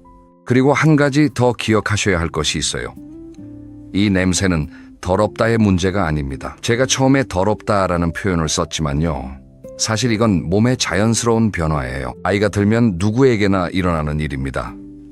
문제는 이걸 관리하느냐, 방치하느냐의 차이일 뿐이에요. 관리하시는 분들은 60, 70이 되셔도 향기롭습니다. 방치하시는 분들은 아쉽게도 주변 사람들에게 불편함을 드리게 되지요. 생각해 보세요. 여러분 주변에도 그런 어르신 한두 분쯤 계시지요. 60이 넘으셨는데도 저분은 참 깔끔하시다, 저분 옆에 있으면 향기롭다, 이런 평을 듣는 분들이요. 그 어르신들이 특별한 비법이 있어서 그럴까요? 아닙니다. 아주 작은 습관 몇 가지를 꾸준히 지키시는 것뿐이에요. 오늘 그 비법을 여러분께 낱낱이 알려드리겠습니다. 자, 그럼 이제부터 본격적으로 어떻게 관리해야 하는지 하나하나 알려드리겠습니다. 이제 정말 중요한 내용이 시작되니까요, 집중해서 들어주세요. 여러분, 매일 씻으신다고 생각하시지요? 하지만 제가 단언컨대 지금부터 말씀드릴 7군데 중에 최소 3군데는 거의 안 씻고 계실 겁니다. 어디일까요? 하나씩 풀어드릴게요. 첫째, 바로 귀 뒤입니다. 귀 뒤. 여러분, 오늘 샤워하실 때 귀 뒤를 비누칠해서 문지르셨나요? 솔직히 생각해 보세요. 대부분 안 하십니다. 그런데 노네날데하이드가 가장 많이 나오는 부위가 어디인 줄 아세요? 바로 이 귀 뒤, 그리고 목덜미, 가슴 위쪽, 등 상부예요. 특히 귀 뒤는 피지선이 많고 통풍이 잘 안 돼서 냄새 물질이 가장 많이 쌓이는 곳입니다. 어떻게 씻어야 하느냐? 어렵지 않아요. 샤워하실 때 손가락 끝에 비누 거품을 충분히 내시고요. 귀 뒤를 부드럽게 원을 그리듯이 마사지해 주세요. 20-30초 정도면 충분합니다. 그리고 귀 뒤쪽에서 목으로 내려오는 부분, 여기까지 쭉 문질러 주세요. 이 습관 하나만 들이셔도 여러분 몸 냄새의 절반은 사라집니다. 정말이에요, 절반. 둘째, 목덜미와 뒤통수입니다. 이 부분도 많이들 놓치세요. 특히 남자분들은 뒤통수 아래, 머리카락이 시작되는 부분이요. 여기가 땀이 많이 차고 냄새가 많이 납니다. 여자분들은 긴 머리에 가려져서 더 관리가 안 되는 부위예요. 샴푸하실 때 이 부분까지 꼼꼼하게 마사지해 주세요. 여기서 잠깐 두피 이야기를 좀 해드려야겠어요. 여러분, 머리 감는 횟수가 어떻게 되세요? 매일 감으시는 분, 이틀에 한 번 감으시는 분, 3일에 한 번 감으시는 분, 다양하실 거예요. 특히 연세 있으신 어르신들 중에는 머리를 자주 감으면 머리카락 빠진다라고 하시면서 며칠에 한 번만 감으시는 분들이 계세요. 그런데 이게 냄새의 주범입니다. 두피에도 피지가 많이 나와요. 이 피지가 공기랑 만나서 산화되면 특유의 기름 냄새, 쩐내가 나기 시작합니다. 그래서 최소한 이틀에 한 번, 가능하시면 매일 감으시는 걸 권해드려요. 머리카락이 빠지는 건 샴푸 때문이 아니라 나이 들면 자연스러운 현상이에요. 오히려 두피를 청결하게 관리하시는 게 남은 머리카락을 건강하게 지키는 방법입니다. 셋째, 손톱 밑입니다. 여러분, 손톱 밑이 더럽다는 말씀을 드리는 게 아닙니다. 손톱 밑에는요, 눈에 보이지 않는 세균과 각질이 정말 많이 쌓여요. 특히 연세가 있으신 분들은 손톱이 두꺼워지고 굴곡이 생기면서 그 틈새에 더 많이 끼게 됩니다. 이게 그대로 음식에 닿고 얼굴에 닿고 손주의 볼을 만지게 되는 거예요. 손톱 관리법은 간단합니다. 손톱은 짧게 일자로 잘라주세요. 너무 바짝 자르시면 염증이 생기니까 적당히요. 그리고 일주일에 한 번은 꼭 손톱솔로 손톱 밑을 닦아주세요. 손톱솔이 없으시면 쓰던 칫솔을 활용하셔도 됩니다. 비누 거품을 묻혀서 손톱 밑을 슥슥 문지르시면 돼요. 이것만 해도 손이 훨씬 깨끗해지고 위생적으로도 큰 도움이 됩니다. 넷째, 이건 정말 많이 놓치시는 곳이에요. 바로 발가락 사이입니다. 발가락 사이. 여러분, 씻으실 때 발가락 사이를 하나하나 벌려서 닦으시나요? 대부분은 그냥 발을 물에 담그고 비누 한번 쓱 문지르고 말지요. 하지만 발가락 사이야말로 냄새의 온상입니다. 발은 땀샘이 우리 몸에서 가장 많이 모여있는 부위 중에 하나예요. 하루에 발에서 나오는 땀의 양이 컵 한 잔 분량이라는 말 들어보셨나요? 그만큼 많이 나옵니다.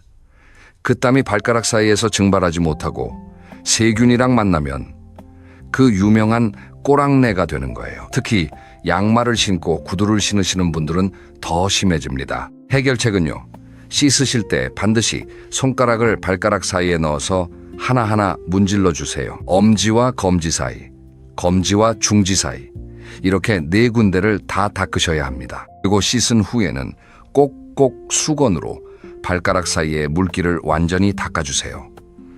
축축한 상태로 양말을 신으시면 그게 바로 무좀이랑 냄새의 원인이 됩니다. 다섯째, 배꼽입니다. 배꼽이요. 놀라셨지요? 여러분, 마지막으로 배꼽을 청소하신 게 언제인가요? 아마 기억도 안 나실 거예요. 배꼽은 깊숙이 들어간 구조라서 때가 쉽게 쌓이는 곳이에요. 그때가 세균과 만나서 냄새를 풍깁니다. 실제로 의학 연구에서 배꼽의 세균 수를 조사해 보니까요, 무려 70종 이상의 서로 다른 세균이 살고 있더라는 보고도 있었습니다. 배꼽 청소 어렵지 않아요. 일주일에 한 번 면봉에 베이비 오일이나 올리브 오일을 살짝 묻히셔서 배꼽 안을 부드럽게 닦아주세요. 물로만 하시면 깊이 들어간 때가 잘 안 빠져요. 여섯째, 겨드랑이 넘어 바로 가슴 아래쪽입니다. 특히 여성분들은 속옷이 닿는 부분, 남성분들도 배가 나오신 분들은 배와 가슴 사이 접히는 부분, 여기가 굉장히 중요합니다. 살이 접히는 부분은 땀이 고이고 공기가 안 통해서 세균이 번식하기에 최적의 환경이에요. 샤워하실 때 이 부분을 손으로 들어서 드러내시고 안쪽까지 비누칠해서 닦아주세요. 그리고 씻은 후에는 완전히 건조시키시는 게 중요합니다. 물기가 남아있으면 그게 바로 냄새와 염증의 원인이 돼요. 여름철에는 이 부분에 땀띠 파우더를 살짝 뿌리시는 것도 좋은 방법입니다. 일곱째, 그리고 마지막이지만 가장 중요한 곳, 바로 엉덩이와 항문 주변입니다. 이 이야기를 꺼내는 게 좀 민망하지만요. 정말 중요한 이야기라서 말씀드립니다. 나이가 들면 이 부위의 근육이 약해지고 피부가 약해져서 젊을 때보다 훨씬 더 세심한 관리가 필요해요. 화장실을 사용하신 후에요. 휴지로만 닦는 것은 한계가 있습니다. 특히 연세가 드실수록 더 그래요. 가능하시면 비데를 사용하시거나 비데가 없으시면 물티슈로 한 번 더 닦아주세요. 그리고 저녁에 샤워하실 때는 비누로 이 부위까지 깨끗하게 닦으셔야 합니다. 속옷을 벗으셨을 때 속옷에서 냄새가 난다면요. 그건 바로 이 부위 관리가 부족하다는 신호예요. 자, 어떠세요? 7가지 다 들어보셨는데요. 여러분은 이 중에 몇 군데나 제대로 씻고 계셨나요? 솔직하게 스스로에게 물어보세요. 만약에 생각해보니까 안 씻었네 하시는 곳이 있다면 바로 오늘 저녁부터 시작하시면 됩니다. 어려운 거 아니에요. 마음먹기 달렸습니다. 여러분, 그런데 몸만 깨끗하면 다 해결될까요? 아닙니다. 이제 훨씬 더 중요한 이야기로 넘어가 보겠습니다. 왜냐하면 몸을 아무리 씻어도 여러분이 입으시는 옷과 여러분이 계시는 공간에서 냄새가 난다면 소용이 없거든요. 제가 아는 어떤 분 이야기입니다. 70이 넘으신 박 어르신인데요. 이분은 정말 깔끔하세요. 매일 씻으시고 속옷도 매일 갈아입으시고 겉옷도 이틀에 한 번은 바꿔 입으세요. 그런데 며느리가 늘 한숨을 쉰답니다. 왜요? 시아버님이 오시면 집안 가득 이상한 냄새가 퍼진다는 거예요. 박 어르신은 절대 인정을 안 하세요. 나는 매일 씻는다. 옷도 매일 갈아입는다. 맞는 말씀이세요. 그런데 문제는 옷이에요. 여러분, 옷을 세탁하신다고 해서 냄새가 다 빠질까요? 아닙니다. 특히 나이 드신 분들의 옷에는요, 노네날데하이드라는 그 물질이 옷감 깊숙이 스며들어 있어요. 일반 세탁으로는 이게 잘 빠지지 않습니다. 그래서 깨끗한 것 같은 옷에서도 특유의 냄새가 나는 거예요. 어떻게 해야 할까요? 첫째, 세탁할 때 산소계 표백제를 함께 사용해 주세요. 염소계 말고 산소계예요. 가루나 액체로 된 제품이 있는데요. 세제랑 같이 넣으시면 됩니다. 이 산소계 표백제가 옷에 스며든 냄새 성분을 분해해 줍니다. 일주일에 한두 번만 이렇게 세탁하셔도 옷 냄새가 확 달라져요. 둘째, 빨래는 반드시 햇빛에 말려주세요. 건조기가 있으시면 건조기도 좋지만요.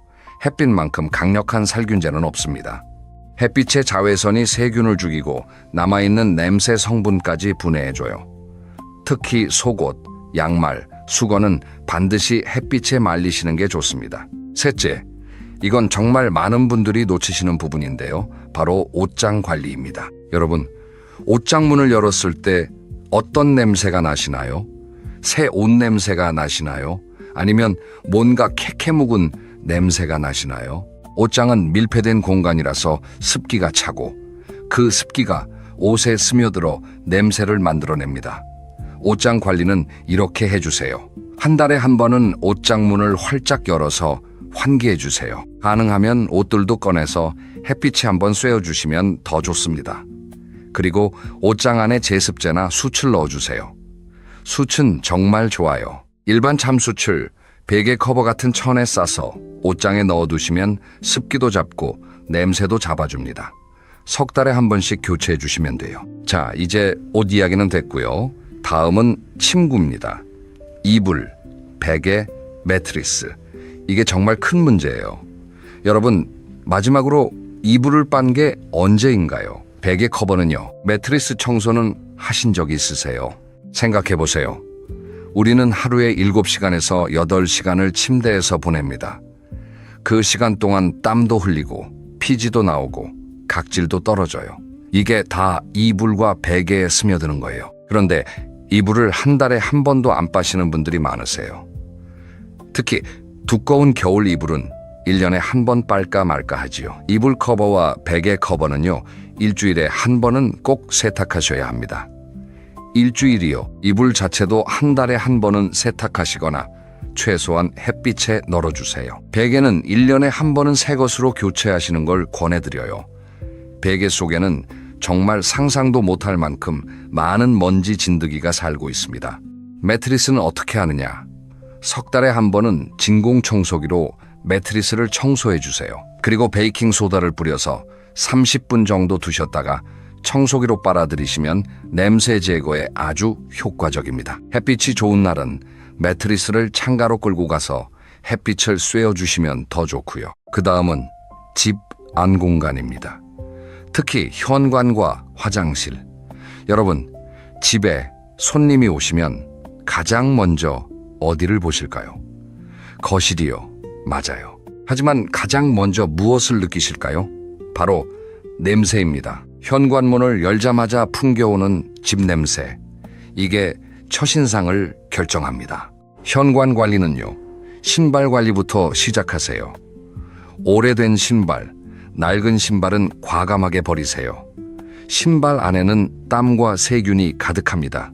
신고 계신 신발도 가끔씩 햇빛에 말려주시고 신발장 안에는 수치나 신문지를 넣어두시면 냄새가 많이 잡힙니다. 그리고 현관 바닥을 일주일에 한 번은 물걸레로 닦아주세요. 흙먼지와 함께 쌓인 냄새가 한 번에 사라집니다. 화장실은 매일 청소하셔야 해요.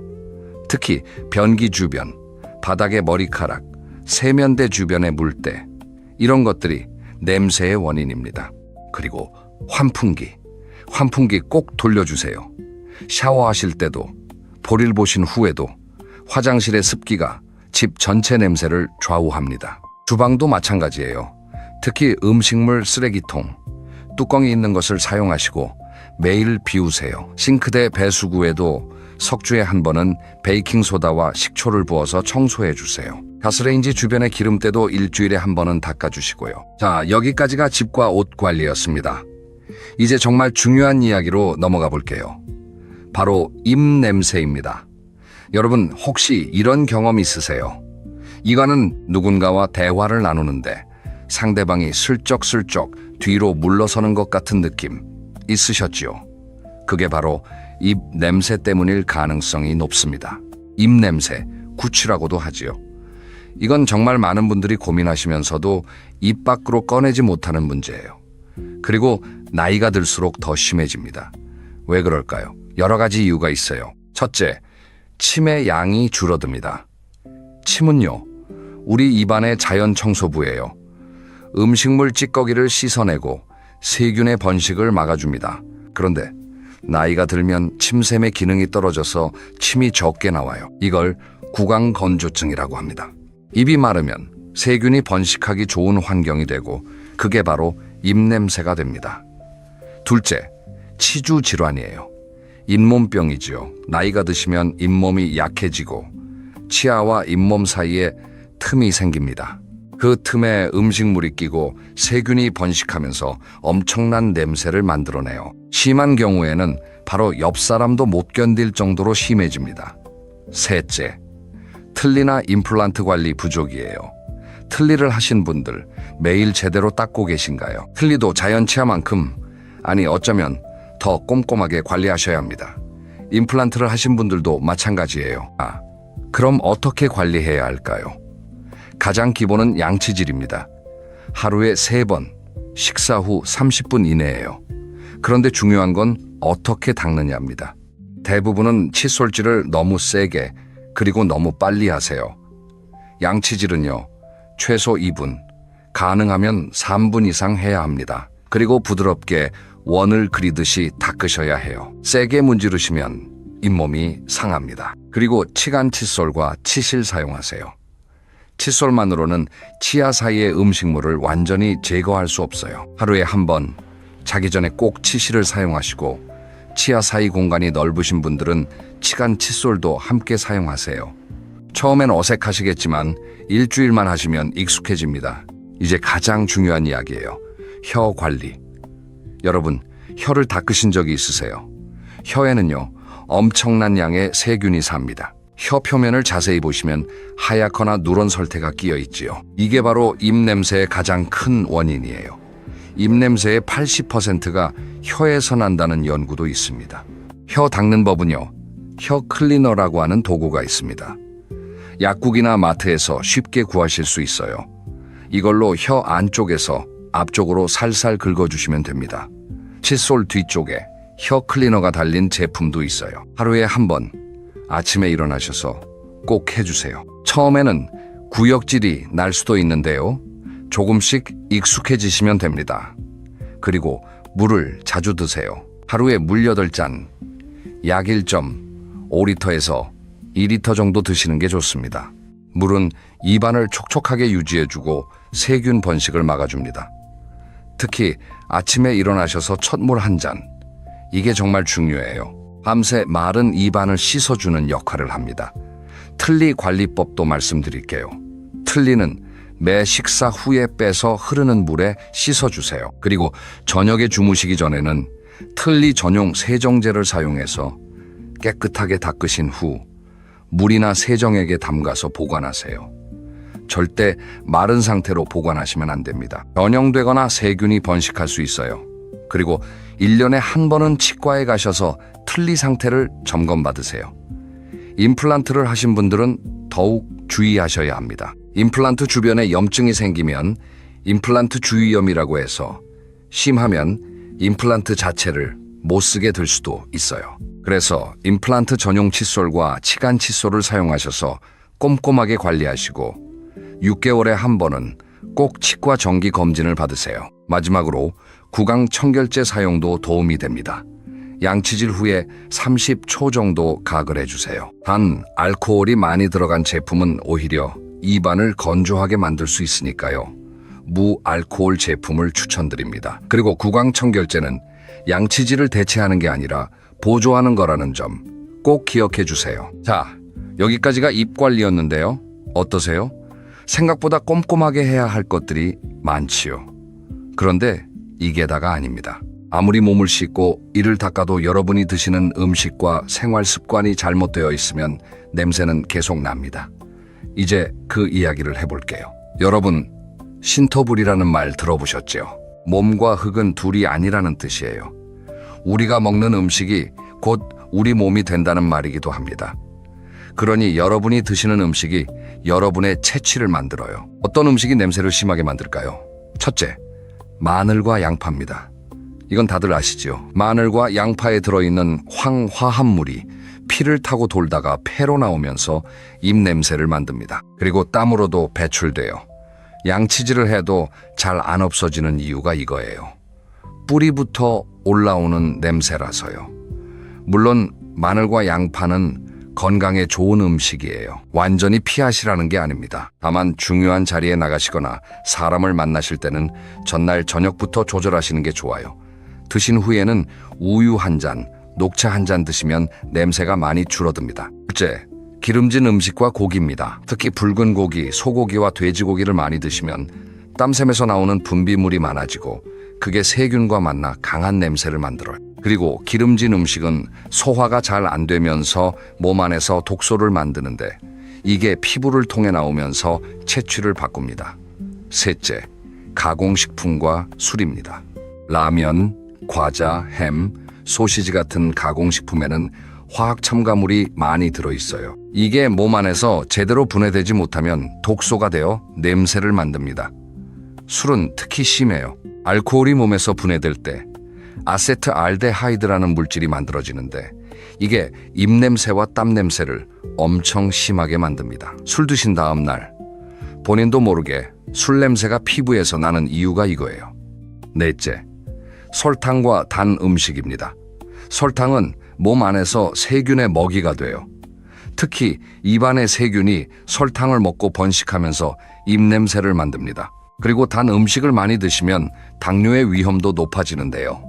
당뇨병이 있으시면 특유의 케톤 냄새라는 과일 썩은 냄새 비슷한 게 납니다. 그럼 어떤 음식이 좋을까요?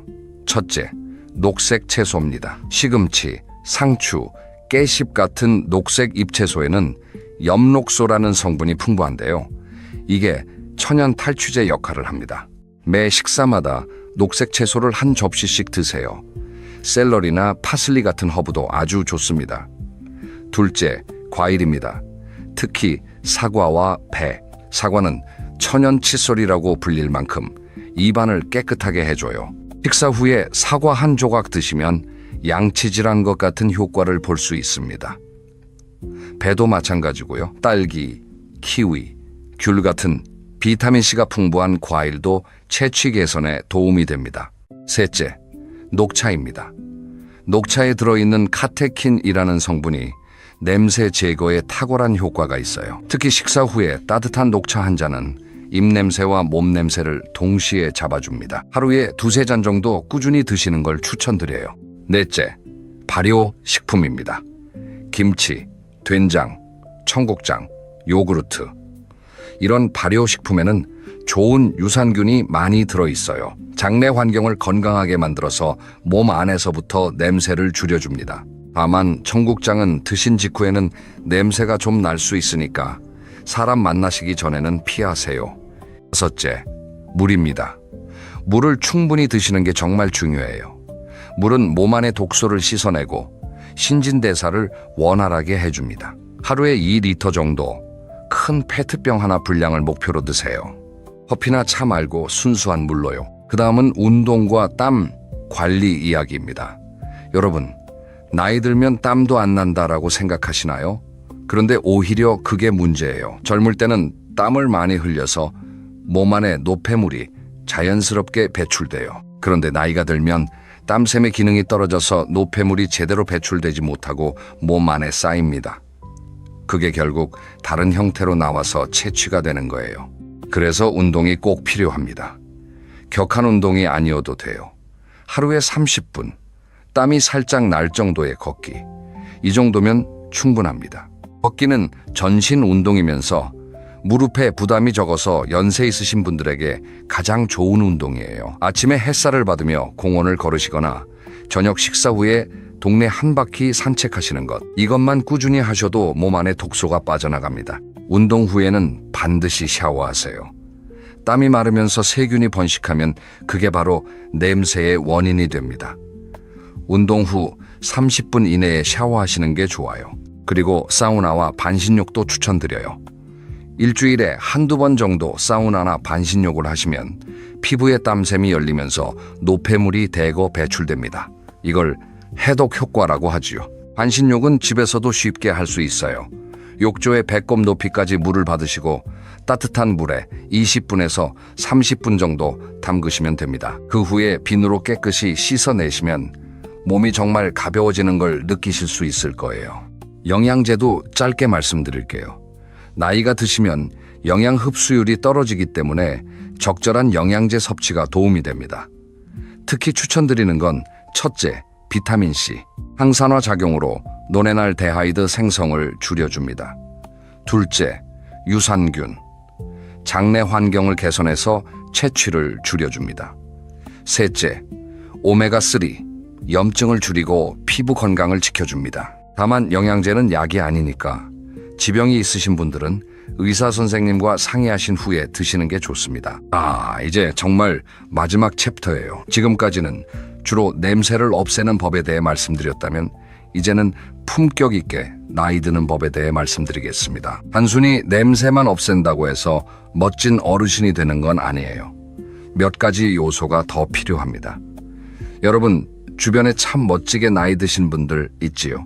그분들의 공통점이 뭔지 아세요? 첫째, 항상 단정하십니다. 옷이 비싸지 않아도 깨끗하고 단정해요. 머리도 항상 정돈되어 있고 손톱도 깨끗하세요. 이게 바로 자기 관리의 기본이에요. 옷차림은 비싼 옷을 입으라는 게 아닙니다. 깨끗하고 자기 몸에 맞고 색깔이 너무 우중충하지 않은 옷. 이게 핵심이에요. 나이가 드실수록 밝은 색 옷을 입으시는 걸 추천해드려요. 회색, 검정만 입으시면 인상이 더 어두워 보입니다. 하늘색, 연한 베이지, 연한 분홍, 이런 밝은 색은 얼굴빛을 환하게 만들어줘요. 그리고 옷은 너무 크거나 너무 작은 것보다 몸에 맞는 사이즈를 입으시는 게 젊어 보이는 비결입니다. 머리 관리도 중요해요. 남성분들은 한 달에 한 번, 여성분들은 한두 달에 한 번은 미용실에 가셔서 머리를 정돈하세요. 흰 머리를 염색하실지 그대로 두실지는 선택이지만요. 어떻게 하시든 단정하게 관리하시는 게 중요합니다. 흰 머리도 잘 다듬으시면 정말 멋있어 보여요. 은발의 신사, 은발의 숙녀처럼요. 둘째, 손과 발이 깨끗합니다. 멋진 어르신들은 손과 발이 정말 깨끗하세요. 손은 하루에도 수십 번 씻으시고 로션을 발라서 관리하십니다. 발도 매일 씻으시고 발톱도 깔끔하게 정리하세요. 손과 발은 제2의 얼굴이라고 합니다.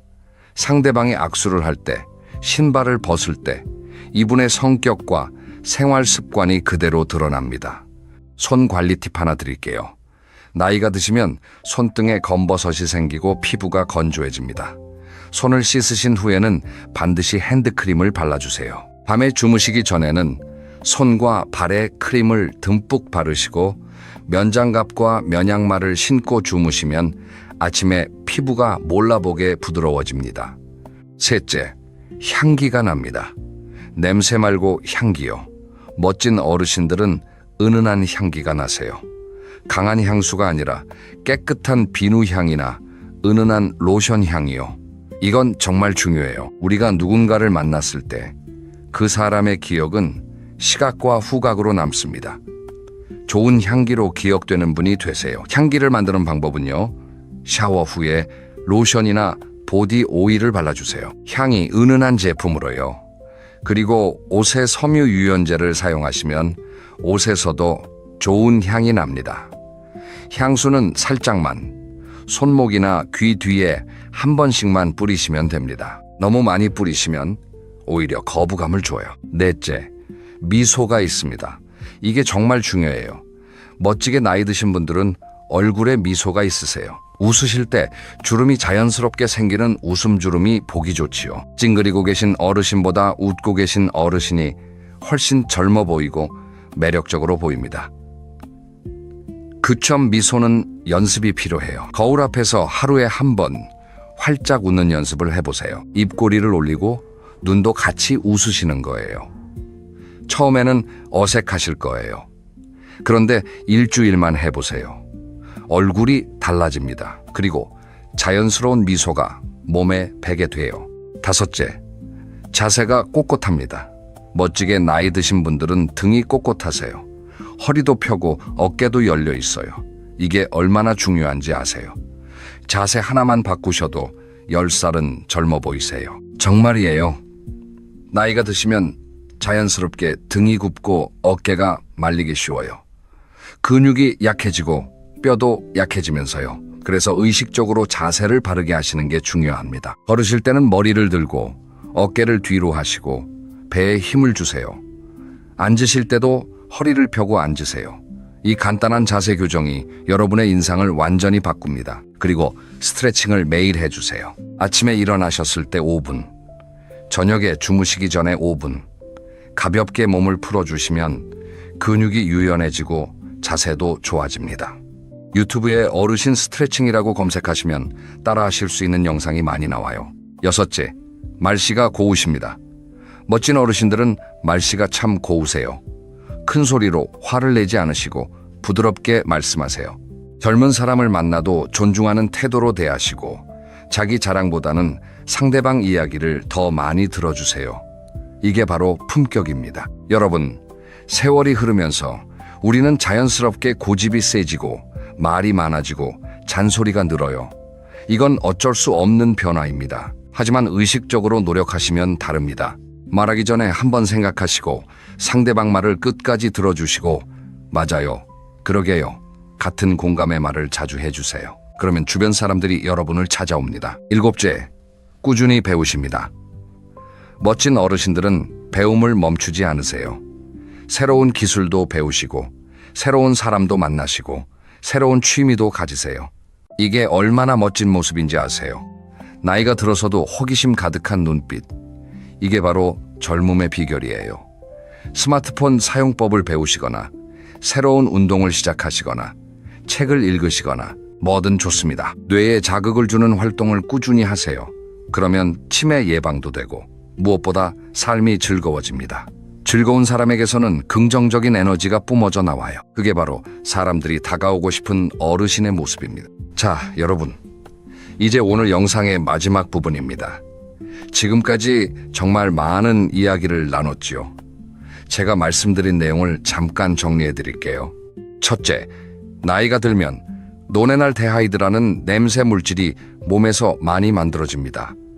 본인은 못 느끼지만 다른 사람은 다 느껴요. 이건 자연스러운 변화예요. 부끄러워하실 일이 아니라 관리하실 일입니다. 둘째, 7가지 청결 포인트. 귀 뒤, 목덜미와 두피, 손톱 밑, 발가락 사이, 배꼽, 가슴 아래 접힌 부위, 그리고 엉덩이와 항문 주변. 이 7군데를 매일 꼼꼼하게 씻으세요. 셋째, 옷과 침구, 그리고 집 관리입니다. 산속의 표백제로 세탁하시고 햇빛에 말리세요. 이불 커버는 일주일에 한 번, 이불은 한 달에 한 번 세탁하세요. 옷장과 신발장은 환기하시고 수치나 제습제를 넣어주세요. 넷째, 입 관리입니다. 하루 3번 양치질하시고 치실과 치간, 칫솔 사용하시고 혀도 꼭 닦으세요. 틀니와 임플란트는 더욱 꼼꼼하게 관리하시고 6개월에 한 번 치과 검진 받으세요. 물을 충분히 드시는 것 잊지 마시고요. 다섯째, 음식과 생활 습관입니다. 마늘, 양파, 고기, 기름진 음식, 술, 단 음식은 줄이시고요. 녹색 채소, 과일, 녹차, 발효식품, 물을 충분히 드세요. 매일 30분 걷기 하시고 주 한두 번 반신욕으로 땀 빼시고요. 여섯째, 품격을 만드세요.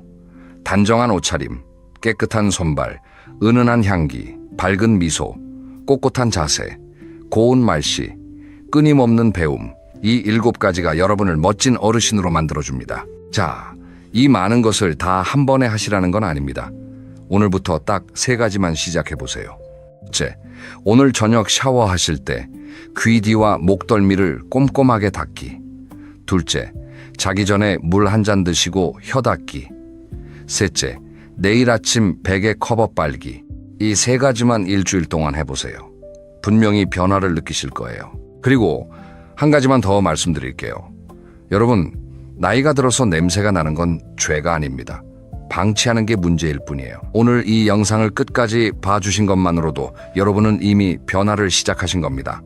이 작은 관심 하나가 여러분의 남은 인생을 훨씬 더 품격 있고 향기롭고 아름답게 만들어줄 거예요. 손주가 여러분에게 안기고 싶어하고, 자녀들이 여러분과 함께 시간을 보내고 싶어하고, 친구들이 여러분을 만나고 싶어하는 그런 어르신이 되세요. 오늘 제가 말씀드린 작은 습관들이 그걸 가능하게 해줍니다. 여러분, 오늘 영상 어떠셨나요?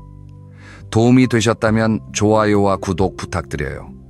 그리고 주변에 이 이야기가 필요하신 분이 계시다면 공유도 해주세요. 본인에게 직접 말씀하시기 어려운 이야기지요. 이 영상을 보내드리는 것만으로도 여러분의 사랑을 전하실 수 있습니다.